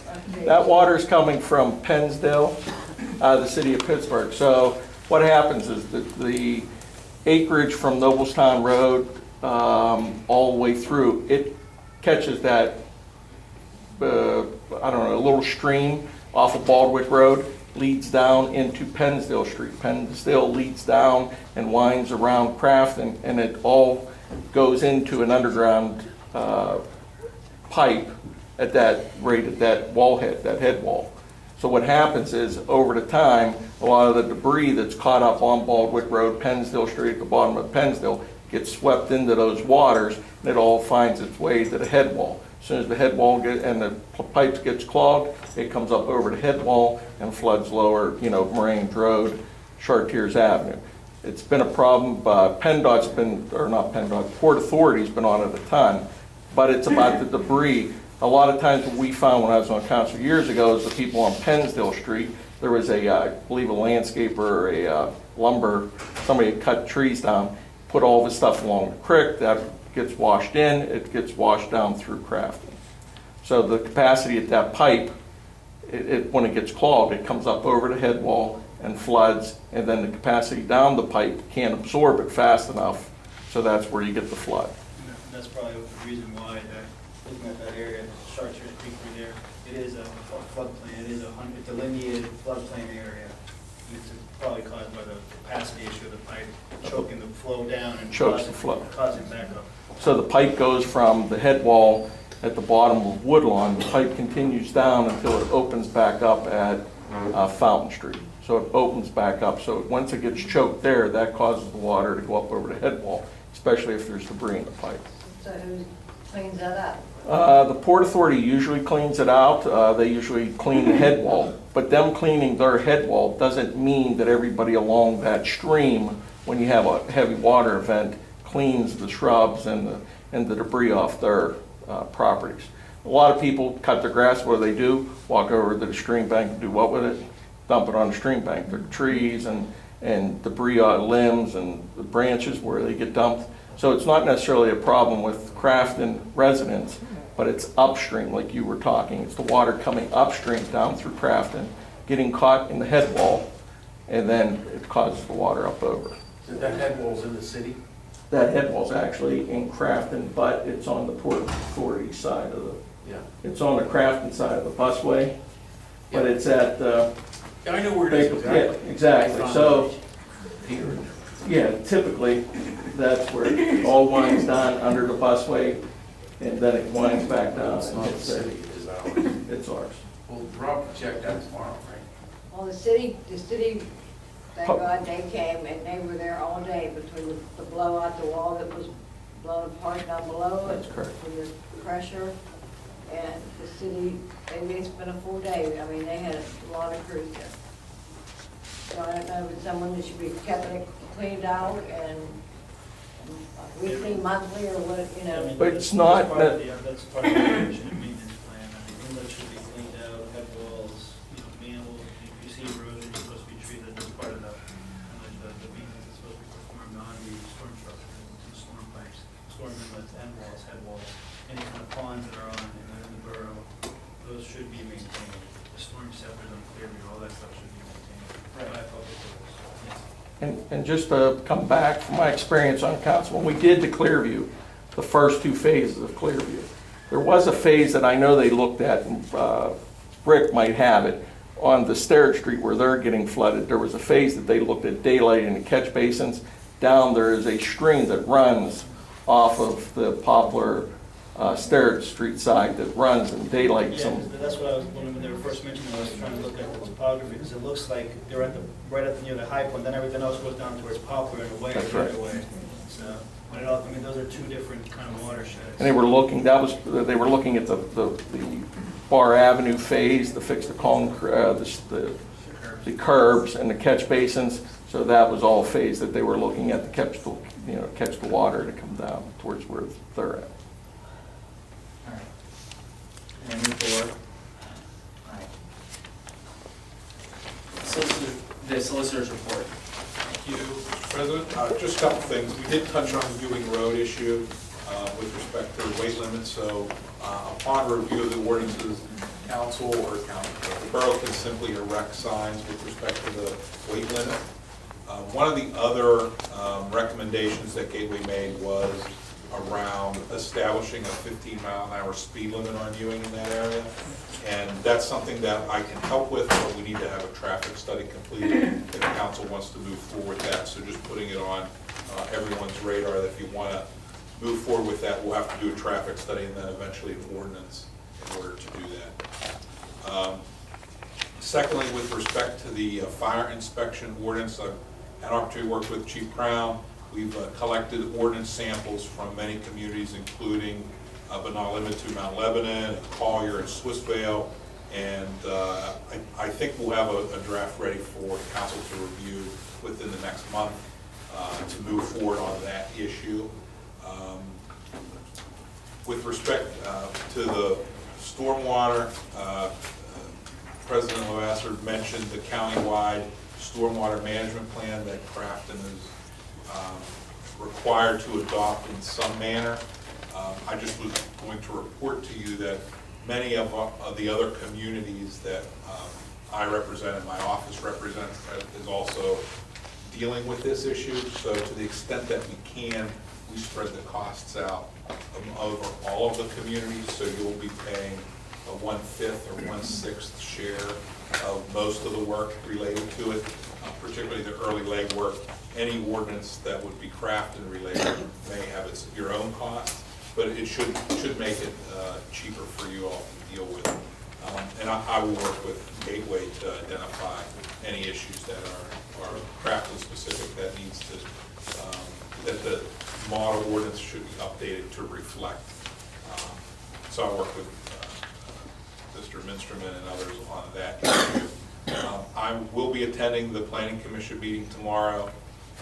And then lastly, somebody mentioned paper alleys in the comments today, and I just wanted to make sure everybody understood what the law of paper streets or paper alleys is. And that is, when those streets are laid out in the subdivision plans, and in Crafton, many of those streets were laid out 75, 100 years ago. Those streets are not borough property. After 21 years, if the borough doesn't accept the street dedication or otherwise open the street by building a street, the property reverts to the adjacent property owners at the center line. So it does not reflect that on the county website for your property, but if you were to file a quiet title action or other court action, you could actually obtain the property at the, usually it's at the rear of your property where there was supposed to be another street or an alley, and you can add that to your property if you wanted to. But I just want to make clear that with respect to paper alleys, those are not owned by the borough. They're under the law, they are owned by the adjacent property owners. Can you put a fence on it? Well, unless it's an easement, if there's a Yeah, utility there, then. There could be an easement for utilities, et cetera, but if on the fence issue, the way I've dealt with this in other communities is that we've required an agreement with the property owners in order to encroach in that area, unless they go forward and file a quiet title action where the court will actually order the property to be appended to their existing lot. So it can be, yes, it can be done, and if the council wants to move in that direction, we can talk about strategies on how to handle that. Well, then may I ask about the gentleman that was referring to over there on Ingram Avenue and that paper alley? Yeah, there's a sewer that sits in there that Lobos uses the road back in there in a paper street for bring the garbage trucks in, they park the cars back there and stuff like that. Yeah, and again, so so there could be an easement back there because of the sewer. There is, and there's a street coming out there.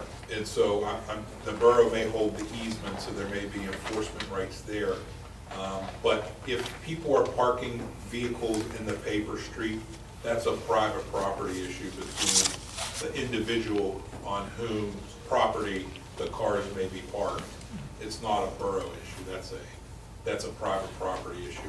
With respect to the easement, if there are borough rights that are infringed upon with respect to the easement, there may be actions the borough could take. But typically, parking a vehicle on top of a sewer easement, there's not much that you can do. The borough's interest there is to access the underground facilities. And so moving the vehicle or towing the vehicle, that's an easy solution. Where you get into problems is where folks may want to build fences over top of the easements, retaining walls, or other structures. That can't be permitted. Or if it is permitted, there needs to be an agreement between the borough and the person encroaching in the easement, where the rights and responsibilities of both parties are outlined. I've done that in other communities. Basically, we've allowed fences to be constructed on top of our easement, but the property owner says that the borough can come in and take it down, and we have no responsibility to replace it or to fix it at the end of the day. Basically, the risk is on the property owner at that point. So that, I don't know if that answers your question, but No, not really, not with that sewer being clogged up, that goes down to the back end of my yard. yeah. I have 5 different sewers coming into my backyard itself down there, and I've been flooded out from mine. You know, and that's why, you know, the catch basin had 6 inches of water in my backyard, which came all the way around my house and went into my garage and flooded me out. I'm glad I didn't have what these people have with sewage. I just had all the rainwater. Yeah, and And I think we Bobo took- sits there and says it's your property, okay? You're sitting there saying it's not my property. Somebody needs to sit there and figure out what it is, and yes, I'll stop right now before we get this done and over with. Now, somebody really just needs to step up, Yeah. okay, against this Lobos. Now, I've had them on TV 3 times in the news, and I'm not afraid to put you guys on the news either. No, I understand. I'm just trying to, I have to try to. I know, have search some- agenda. some- Yeah, Go ahead, your thing. thank you for speaking. I'm thinking, do you have anything else to add? That's the end of my report. And there's gonna be another opportunity for additional citizen comments at the end of the agenda, I just need to get through the business this evening, all right? So, I invited the fire chief down last night to come speak. Mr. Crown, could you speak to the storm response, the issues that we're seeing in the community? Thank you for contributing to the conversation thus far. So, you. From roughly 7:46 on the 20th until 7 a.m. on the 21st, we responded to roughly 30 calls for help. That was dispatched out of Allegheny County 911. There was another, at least a dozen calls that were phone-in calls into the station, if not more. In that, there were 17 high water calls, people's basements flooded, yards flooding, those types of things. There was 3 structure calls that we had to respond to. There was 2 water rescues that we had to respond to. Wires down calls, so if a wire's down and arcing, we responded to those. 5 fire alarms during that period. A search detail for a victim of a flood in a different community in Bridgeville, and then a couple of tree calls. So during all this, we have to, so the residents understand, we have to put life property first. So when we get a call for a flooded basement or something like that, the first thing we have to look is there life at risk? So in a flooding call, we have to make the determination, how high is the water? Is it the electrical panel? Is it above any gas fixtures? If it is, we shut the gas off. If it gets to the electric, we have to shut the electric off. So those are our first priority calls in flooding situations. We cannot pump basements anything below about 8 to 12 inches because the size of the hoses that have to go in with the pumps, the bigger pumps that we have, there's the size of the pump. When you put the hose in the water, it'll suck the air in instead of the water. So we can't pump that water out. We have smaller sump pumps that we can put in there, but those pumps are real slow. Typically 20 gallons a minute is typically what they put out. So if you have to drop one of those pumps, the water coming in typically overwhelms those pumps for the water that we're pumping out. And we have to decide where we put the water. We put it back into the storm source. So typically in flooding events, we wait until the water quits coming down and then reevaluate. Are the sewers going to recollect the water and those types of things? So if there's no hazard for gas or electric, then we have to bypass that and go to another more priority call. Actually, the structure calls are the first priority. So any structure fire that comes in, any trees into houses, those are the first priority calls we respond to. Wasn't there a rescue, Yes. water rescue? Then we, in the same priority, we call them our F-Zeros, is a water rescue. The city of Pittsburgh was dispatched to a call down at Moran's Road at Chartiers. Our crew was in that area on a similar call. They observed a car in the water. I guess it was about 5 feet of water. Gentleman sitting on the roof. The car was floating, so the firemen had to go into the water to safely extricate that person from the water. The problem that people don't understand, especially in that situation, even though the water's high and there's no point, it's a bowl, so you're not going to get pretty much swept away. What has happened is if the manhole covers pop as the water overtakes it, once the water starts going down, the force of the water acts like a vortex and pulls you into the storm drains. So that's, of high priority to us, is the rescue those types of people before we respond to the other the water calls.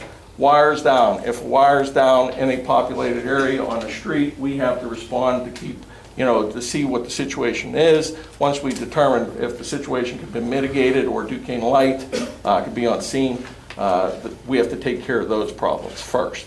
So sometimes, it's not those calls. In the Maxwell Street call, we had a structure fire going on at the same time. We had a rescue call going on. We were getting calls for assistance from different municipalities, which we couldn't fulfill those assistance.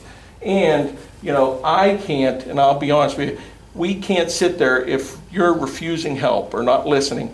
I can't, as the fire chief, make the determination what's causing the problem at that point. I can only mitigate the hazard. So what caused the issue? Water. How do we correct it? I'm not there to correct it. I'm there to make sure life and property is not going to be at risk. So I can't have the argument that it's a borough's problem or somebody else's problem. Our responsibility is to mitigate hazards, to make sure everybody's, comes home safe and the property's not damaged. In that respect, on June 10th, there was a couple inches of water. On the next date, there was maybe a foot of water. We offered some suggestions. Those suggestions kept being met with the water's coming because of the borough. Well, at that point, we have to say, okay, we're moving on. We can't pump that water out anyways. There's more serious calls going on, and we have to move on. And it's not the first time. Yes, be kind. We're all volunteering. We're all being out there. People in our own department had their basements flooded, but they leave those basements alone until the next day or the next day while they respond to those calls. So, we have to look at that. And the borough's basement flooded as well. Absolutely. Just so everybody knows, we had 2 feet of water in the borough. We've received multiple calls on the Ingram Maxwell Street into the station. We have a liability situation if we respond into Ingram Borough. They're protected, other EMS providers. We have to be invited into those. Then you get into some liability issues, workman comp issues, and those types of stuff, to self-dispatch in other communities. So, unless council wants to adopt a resolution to allow that self-dispatch, that's, we can't take those liabilities on. And there was numerous of those happening that night, but we can't go into another municipality and just throw help out without being invited, because if something happens, firefighter injury, some other, So issue. Thursday morning, when you called and asked for aid, Thursday, Bridgeville asked for aid, and Right. you were providing aid. Thursday, our members left the station roughly about 2:30 on, I believe it was Wednesday evening. Thursday morning at 6 a.m., Bridgeville called, asked for assistance for a search detail. They requested us to go to Bridgeville to search. They had a loss actually coming out of Upper St. Clair Township through the borough of Bridgeville, so they asked us to go on to the search detail on, it would have been Thursday morning. And from what I understand, did one of our volunteers help find? We were in the process. I was on scene, but our volunteers were in a different section of the creek trying to ascertain. But our people were there. Yeah, we were in Bridgeville for. And for council's knowledge, fire chief asked for aid from Public Works. So Mr. Crown had 2 of our summer help, and they're part of the fire department. They were part of the fire. They're part of the fire department, so our Public Works folks, and they're also Crafton volunteer firemen, were involved in the search and rescue. So thank you to those folks for being part of that effort. I know it meant a lot to their family that was missing their loved one. So again, thank you, and that's why volunteerism is so important. It's easy to blame. We're not here to blame anybody. We're here to mitigate the situations. And sometimes it's tough to take because we have to prioritize other calls. And I know it's my property too. If I have it, we've got to prioritize and move on. And that's difficult. Any homeowner that has to have their property prioritized as low priority, that's tough, and I understand that. And I understand everybody's angry with that if it happens to you, but that's what we have to do. Nobody would have enough resources. We had Robinson calling, Green Tree called multiple times. We were in Carnegie, they were calling for assistance. There was just not enough people with the rain and the flooding that occurred that night to be everywhere. So we maintain most of our resources in the borough to mitigate our issues. Okay. Is there anything else you'd like to add? That's it. Can I add on the motion, I see that there's a motion to authorize the fire chief to provide an updated organizational chart. Just, we do update our organizational chart once a year for the emergency management plan. So we always submit those to the Crafton emergency manager. He updates the phone numbers in their book so that they have the most current listings, but we will redo that to I council's just want to will. make sure it's up to date and share with council. As we know, the mayor's on vacation. And I believe the police chief also has been taking some time off, so we just want to make sure that council's fully informed, that we understand who we need to be in touch with. And as you can see, there's multiple motions requesting that. Do we need motions for that? I mean, can't we just tell them to submit those chain of command lists to us without putting it through a motion? Are we gonna have a problem passing the motion? I don't think so. All right, so I think it's just official business. We're just asking for this, and for everybody to know that we're paying attention and that we're leaning in on this. And that's the whole point, that we're leaning in. This is the beginning of the tropical season here, and we just have to be prepared. And there's another motion to talk about tabletop exercise. And I think Bridgeville's example, it's caution to all of us. Can I make one suggestion about the flooding? If the borough so wishes, I think maybe a thought should be posed into maybe buying some smaller pumps for situations where you have less than a foot of water in your basement, or some pump, maybe if the residents don't have them, that they can be lent out and recovered later on. That may be something that you're looking at. I just did some pricing, probably under $500, and to outfit the pumps and some hose. That may be something, as long as there's electricity, they can use some electric pumps. That may be something that you would like to entertain. Yes. Thank you. All right, moving on to Crafton Celebrates. And we are days away. 5 days. We can talk about having fun in the community again. Hopefully we can come together. So bring us together. My name is Angela Palchowski. I'm the chair of Crafton Celebrates this year. And as many of you know in the community, Crafton Celebrates has been harder and harder to put on year after year. We have less volunteers. We have less people in our committee. We have a lot of complaining people down at the park giving us input. So what we decided to do this year was to take everybody's opinion and make Celebrates bigger and better, which is what everybody wanted. We asked the citizens what they wanted. They want more games. They want different things that are down there. So one of the different things we have this year is we have the bird guy coming down to do a bird demonstration. We have all kinds of things like that going on. One of the other things that they wanted is they wanted beer, which Celebrates has never had before. We've been pushing really hard to have this year down at the park. So those are a few of the things that we have new going on this year. And I don't know what everybody else is doing this past Saturday, but myself and a few of the committee members were in the pouring rain at Crafton Park in the mud, ruining all of our shoes, ruining our outfits, and setting up the ticket booth so that our community can have a good time at Crafton Celebrates. So, all week, everybody who's involved in the committee, we all have full-time jobs. We all work full-time. Everybody's busy. Everybody works 40, 50 hours a week, and at the end of the day, our committee's putting another 20, 30, 40 hours into working Crafton Celebrates 5 days from now. So we're very excited. There's a lot of people that are sitting behind me that are volunteering for their organization. They're volunteering for the Boy Scouts, for the Crocodiles. We have some Girl Scouts that are volunteering. We have St. Philip's School that's volunteering this year. There's a lot of different things that are going on. So we have 12 games this year, which is more than last year. We have over 20 vendors this year, including food, home-based business vendors, local and commercial business, which is up from the 9 that we had last year. And so our parade's bigger this year, our fireworks are bigger this year, and hopefully our beer is going to be bigger this year for everybody in the community to enjoy down at the park. So we have tons of stuff going on. We have a lot of support here at the meeting.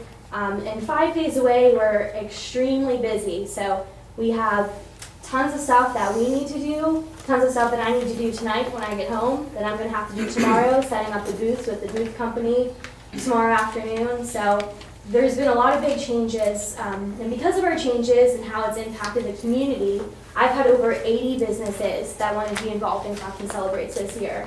And if somebody knew how many we had last year, it's embarrassing to tell you guys. We had 13 businesses involved last year at Crafton Celebrates.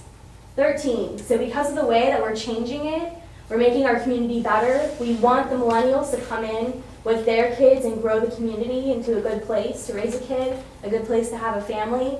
We've got over 80 businesses in 1 year from our changes. So just imagine what our community can do next year with Crafton Celebrates, what our committee can do, our committee of volunteers who do all of this for the community for free. So there's so many things going on, and we really, really need support right now. We still need volunteers for the 4th of July. We still need volunteers for Parade Day on June 30th. So we have a lot going on, and we still have a lot of work to do until Saturday comes. Thank you, Angela. Mm-hmm. Does any member of council have a question? Yes. I have a quick question on the ticket booth. Are you doing the cash thing or are you doing the ticket booth? Because I know that we talked about before that you guys are going to do cash rates and deflate and get rid of the ticket booth. No, we never said we were getting rid of the ticket booth. Okay. So we are doing cash for the food. And we're doing tickets for the games because there's a lot of kids who volunteer with their parents to work the game booths.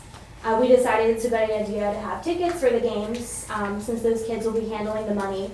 For the food booths only, we'll be taking cash. And so the St. Philip's School food booth, the Strike Out Cancer booth, and the Crafton Celebrates also has a food booth.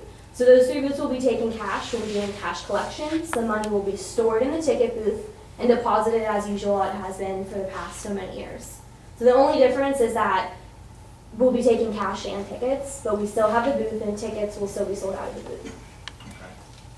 And as far as the beer, who's doing licensing for that?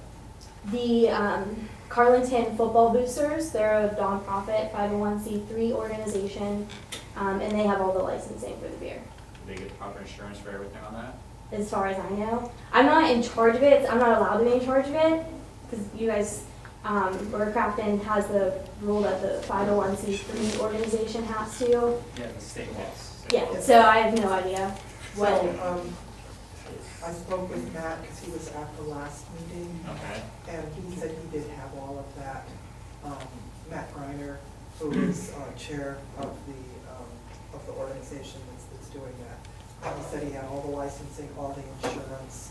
He was mentioning that they have to, even though it's a charity, they still have to pay the drink tax. Mm-hmm. And he's got policies and procedures. And as far as security, any addition needs to be done for that? Or I don't think that he's requested anything additional. I believe that he's got his volunteers and, with his experience with alcohol, owning one of the local bars here,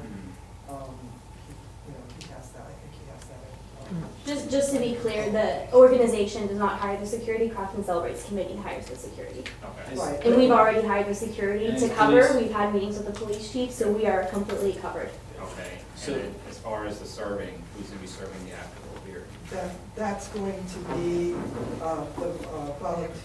volunteers of the, what's the official name of the organization? So the Carlinton Football Boosters are the ones who are running the booth, but every volunteer who's serving here will be ramp certified. So they're all certified as like a bartender in regular person's terms. So they all know exactly what they're doing and how to properly serve beer. And I know some of them from Matt's Bar have been volunteers that have stepped up to come down and help us out at Celebrate. And the solicitor, have you seen the insurance or the policies? Are we covered if there's something, or is Crafton responsible for us? So I haven't seen anything. I was just telling Mr. Lavasser that I would, two things, suggest that the borough be named as an additional insured on the policy. I think I mentioned that the last time. I haven't seen if that is the case. And secondly, the borough isn't serving anything. That's being done by the booster organization, so any liability for the borough would be very limited, if at all. Also, the borough has, we are immune from suit except for certain items under the Tort Claims Act, and there isn't an exception for alcohol service. So I don't foresee of liability issues for the borough, and if we are named as additional insured, I think there won't be any concerns at all, because then their insurance would kick in if by chance something terrible would happen and the borough would be named in a lawsuit.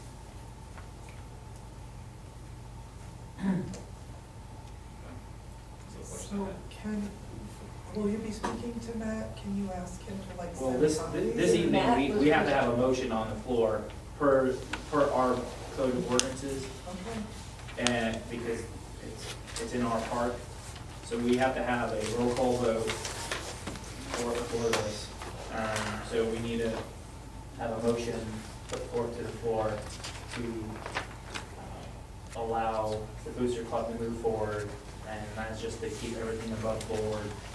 So with that, Mr. Rosario, would you like to put forth a motion, and most knowledgeable on the subject? Move to allow Crafton celebrations to be able to serve alcohol that would be The Carlton Crafton celebrates. Crafton celebrations, Arlington Cougars. Their booster clubs, though, to be able to serve alcohol, they'll use the license they obtain for the special event. Contingent upon The borough being added to the insurance policy of the booster club as obtained for the license itself. Second. Okay. And the insurance be filed with the borough? The insurance, paperwork? Chris, Mike, can you do a roll call when we're ready? Any other? I'm waiting to talk about this, we can't just. Okay, go ahead. So question to the solicitor then, you said the borough's been named as an additional insurer. Can you just, I'm a little fuzzy on what that exactly means. So can you elaborate a bit? So what it means is the borough, to the extent that the borough would be sued for any reason, the borough can rely upon the coverage contained in that policy to defend the borough in any lawsuit. So that policy would supply, there'd be a deductible, that policy would supply defense counsel, etc. Okay, so if that's all that, so this motion then would be contingent upon that being added then, correct? Yeah, they could simply, the boosters can simply send the endorsement for the policy to the borough, and we can confirm that we're listed on that form. Okay, thank you. Any other comments? Yes, I just would like to see Matt come tonight. What was that? I would like to see Matt come. You had said Matt will be here to answer questions the last time you were here. I've never said Matt was coming tonight. Matt's out of the country. Actually, at the meeting that I attended, which was before you came to council the first time, the plan was for Matt to come. It was stated, and that if he wasn't gonna make it back for the graduation, he would come to the next meeting. And I think that it slipped my mind, but it didn't, he didn't come to that next meeting. And then at the last meeting, he was here for another event, and he said to me that he had been told that it was all approved. So I think we've just had some miscommunications, and, you know, we're sitting here a week before with plans to move forward. I don't know where the miscommunication. All right, so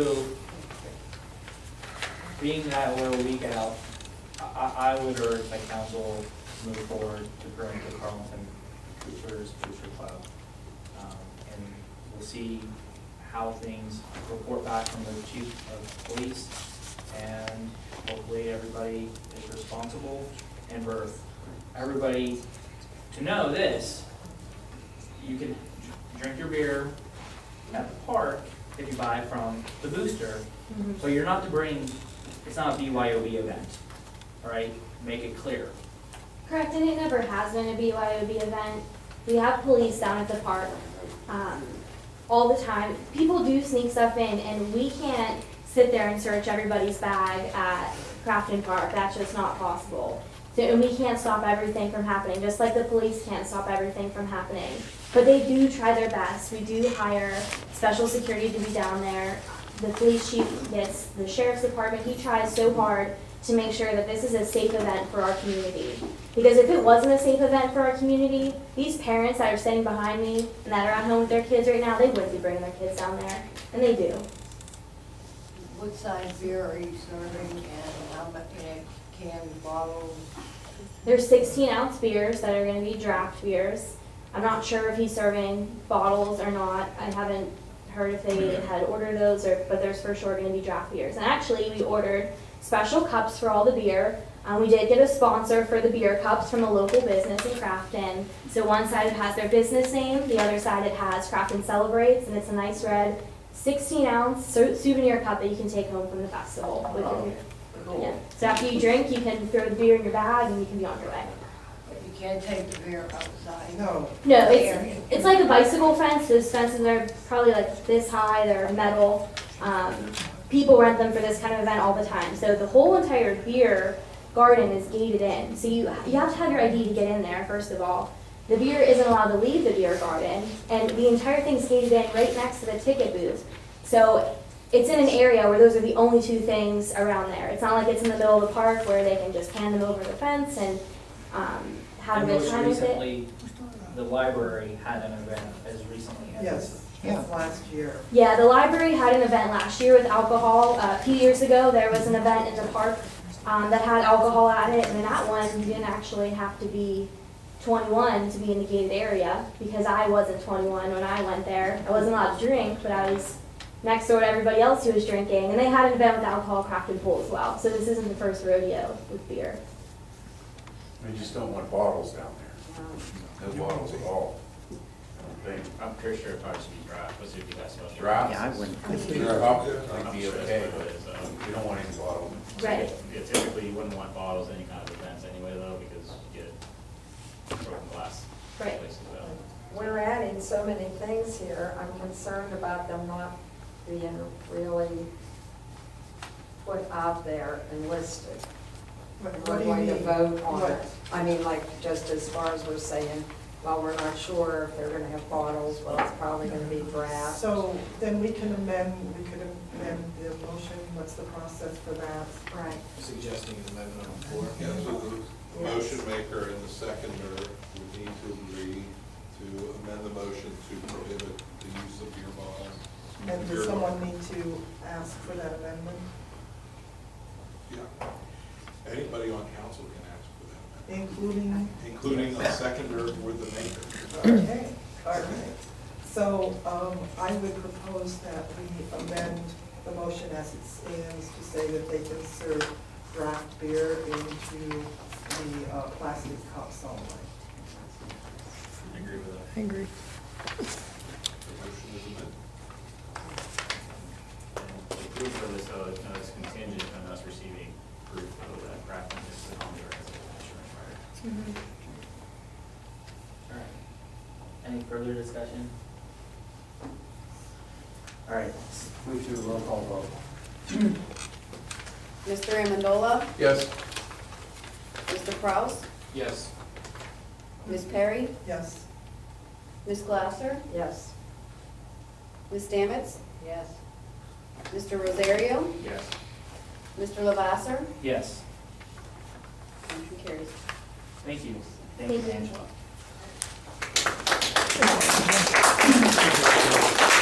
I have a quick thing I didn't want to ask Angela. Did they fix the electricity? They're working on it. They fixed part of the electricity in the main electrical box.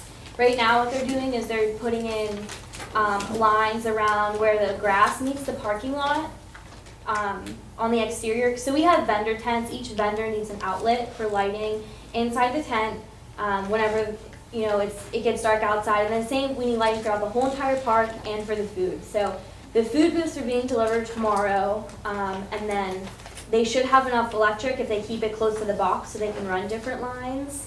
But I know they're working really hard down there, which is helpful because they have a lot of summer help right now, and they're able to do some of the tedious work that just takes time, and it just goes so much faster with the crew. So hopefully we can get it all done and the park will be lit up. All right. Thank you again for all your dedication. And thank you to the rest of Crafton Celebrates community for their dedication, and I hope to see the community down.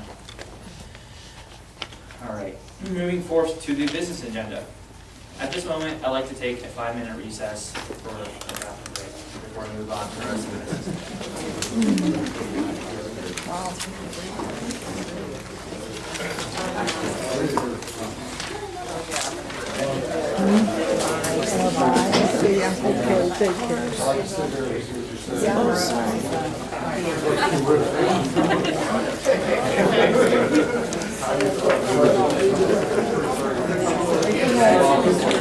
If you're not able to stay,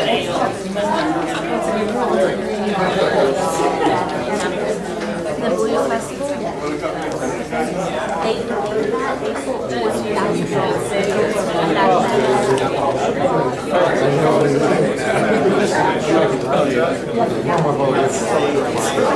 didn't know what those were, and I think some of the stuff we ordered was like special media, like we ordered basketball. I think the chalk process is in ground. I have no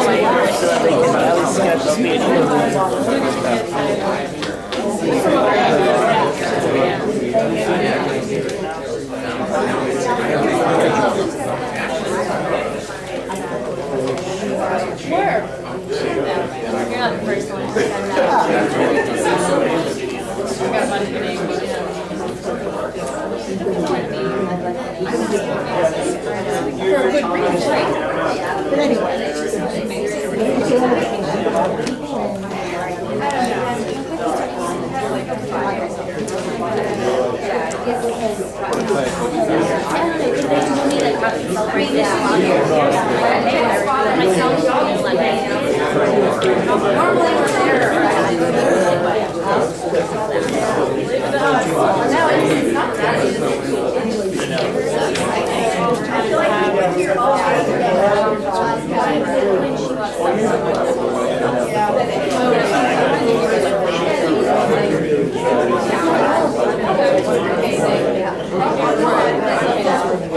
For a good reason, right? But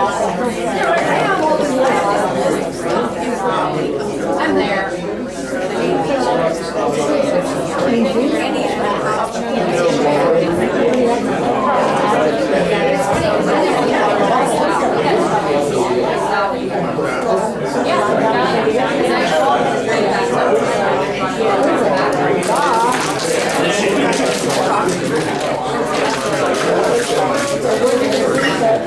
It's gonna be near the stage so they can watch the band. So we're gonna shift the bleachers over to the right just a little bit and squeeze them in between the two. So that way, they can watch the band. It all fits the way that it's high. We don't want to see that up and down. And I think he's gonna have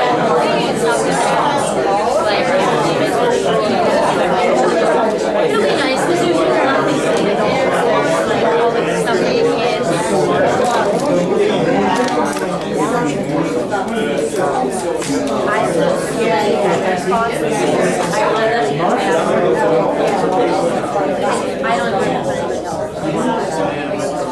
And we're doing rental. Ones are being delivered tomorrow for the game. And then all the other tents will go up on Saturday.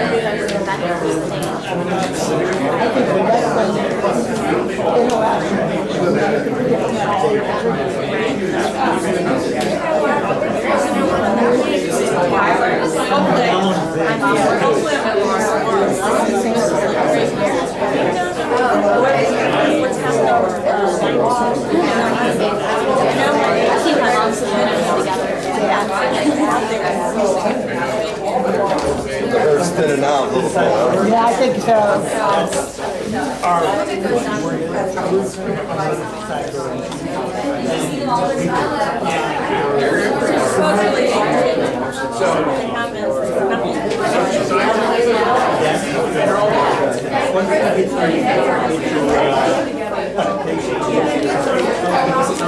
So,